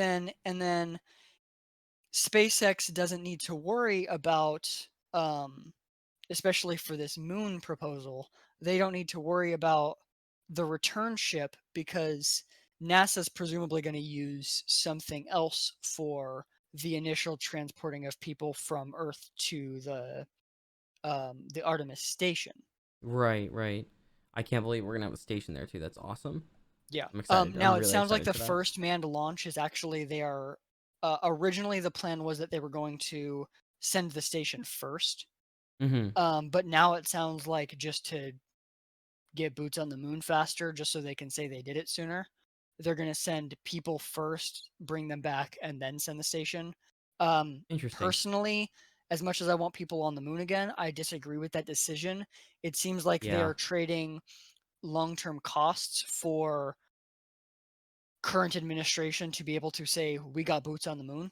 Yeah, yeah. I think so. And if the whole point of the Artemis program is sustainability in doing this, then sacrificing a little bit of sustainability to say we did this goes contradictory to the point of the program. Yeah, yeah. Agreed. And it So adds a lot of expense. yeah, Unnecessary expense, yeah. yeah, Interesting. Well, something about SpaceX that I actually wanted to mention here was that just so everybody knows, Starlink's website now has a section you can sign up to be notified. You put in your email address and your zip code, and they'll let you know when testing is potentially available in your area. They're doing private beta first and then open beta later. So this is kind of signing up for being selected for the private beta. Yeah, So apparently they yeah. are already doing more intricate private data at the SpaceX headquarters now. Yes, I saw Um, that. Yeah, yeah, crazy. yeah, and SpaceX just recently did another Starlink launch. And by recently, I mean we're recording this on, well, it's now June 14th. We were recording this on June 13th. But they did it early in the morning on June 13th. Yeah, yeah. And it was 58 Starlink satellites rather than the normal 60. And the reason it was two less is that they were actually doing 3 small satellites for another company too. Okay, so this one's pretty interesting. We've got I think the name is Bailey Gifford. It's an organization. It's an asset management firm out of Scotland, which is currently the second largest shareholder in Tesla outside of Elon Musk himself. Hmm. Um, they have invested $35 million into a new air taxi startup called Lilium. And this is interesting. This company is working on electric vertical takeoff and landing vehicles. Wow. And the goal is to get it launching by 2025. Huh. That would be really cool, Yeah. actually. And this was an early investor in, Bally Gifford was an early investor in Tesla, from my understanding. And so So the future is here. they seem to know what they're doing when it comes to investing in tech, very futuristic vehicle companies. Because like Yeah. when Tesla was early, like nobody thought electric vehicle. Well, most people thought electric vehicles weren't viable, Right. and here we are, where every company is now racing to catch up to Tesla. Yeah. And so them dropping this money indicates, I feel like the this company is probably in the best position to achieve these goals. Yeah. Yeah. I think so. So That'd be really cool. I'd like to see that. yeah, apparently the company all in all raised like 240 million in early March, Wow. which was, I don't think their first round of investment, but just a recent round. Yeah. Yeah. So Huh. they've certainly got the money to put into trying to get this done. So we'll see how it goes. I hope it goes well. I'll say that. Yeah. And then so there was a lot of games announced over the last couple of days. We obviously spent a lot of time on the PlayStation 5 event, but there Yeah. was also a PC game show, as well as the Gorilla Collective, which was an indie focused event. Um, Really, I mean, there's a lot of really interesting games, but I feel like the most important one to talk about is Persona 4 Golden. So Persona is a pretty popular franchise. They've pretty much been exclusive to PlayStation for the longest time. And Persona 4 Golden was seen as the best version of Persona 4, which was seen as a very, very good game in that It was. franchise. Yeah. It was a widely like. Yeah. It was a big deal. Yeah, even with Persona 5 and Persona 5 Royal, a lot of people I've seen online said that they feel like, well, the gameplay might be better in the newer ones, the character interactions, and just overall the characters were better in 4. Yeah. And so seeing Persona 4 Golden, which was only available on the PlayStation Vita, come to Right. any other platform is notable. It coming to PC on Steam is extremely notable, and it's only $20. Exciting. That's really exciting. Wow. Yeah. Okay. It does have de novo DRM, which a lot of people have been Mm. really criticizing the fact that a 12-year-old game last released 8 years ago on a portable console has fucking de novo DRM. Oh, there's Like, no like. That's just stupid. Yeah. That's a yeah, waste of time. yeah. But whatever. And then the last topic of the day is Well, I had that, one more. I'm going to interject in here after you're done with this one. Little topic. oh, okay, Computex 2020 is officially canceled. I'm sad. I mean, I'm, Yep. I'm glad, but I'm sad. Yeah. Okay, I'd go ahead. like a digital version or something. Come on. But it also probably means we'll have a slower rollout of a lot of PC stuff, which means some of it'll be more polished and it'll be easier because we won't need 3 hours dedicated to Computex coverage. So I mean, let's be real. We'll find a way to cover 3 hours of every single announcement. probably, yeah, that's what it'll be. Just a lot more detail about every Computex thing, which actually in some ways I'm okay with. I'm okay with slower rollout so we can do more detail on things. So, last little thing I wanted to add in here, just as a fun little thing, there is now a mod for Half-Life Alyx that is the Silent Hills PT demo that there was for the PlayStation. It'll probably get removed at some point, but I just wanted to note that it exists for those that have Alex and a VR headset and might want to give it a shot before it's gone. Yep. So, well, that's it. I think we're done here. We're just over the 3 hour mark, so that's definitely gonna be a long podcast. I'm guessing it's about just under 3 hours for those watching. So, gotta do some cuts, but hopefully things remain smooth this time. We had some issues with the video last time, so we apologize for that, but we think we have it worked out now. So, very cool. Anything else you want to add? No, not really. All right. Well, thank you everybody for watching. We'll see you all in the next one. Should be sometime next week. Awesome. And it's a good movie. It is a terrible movie. Wrong.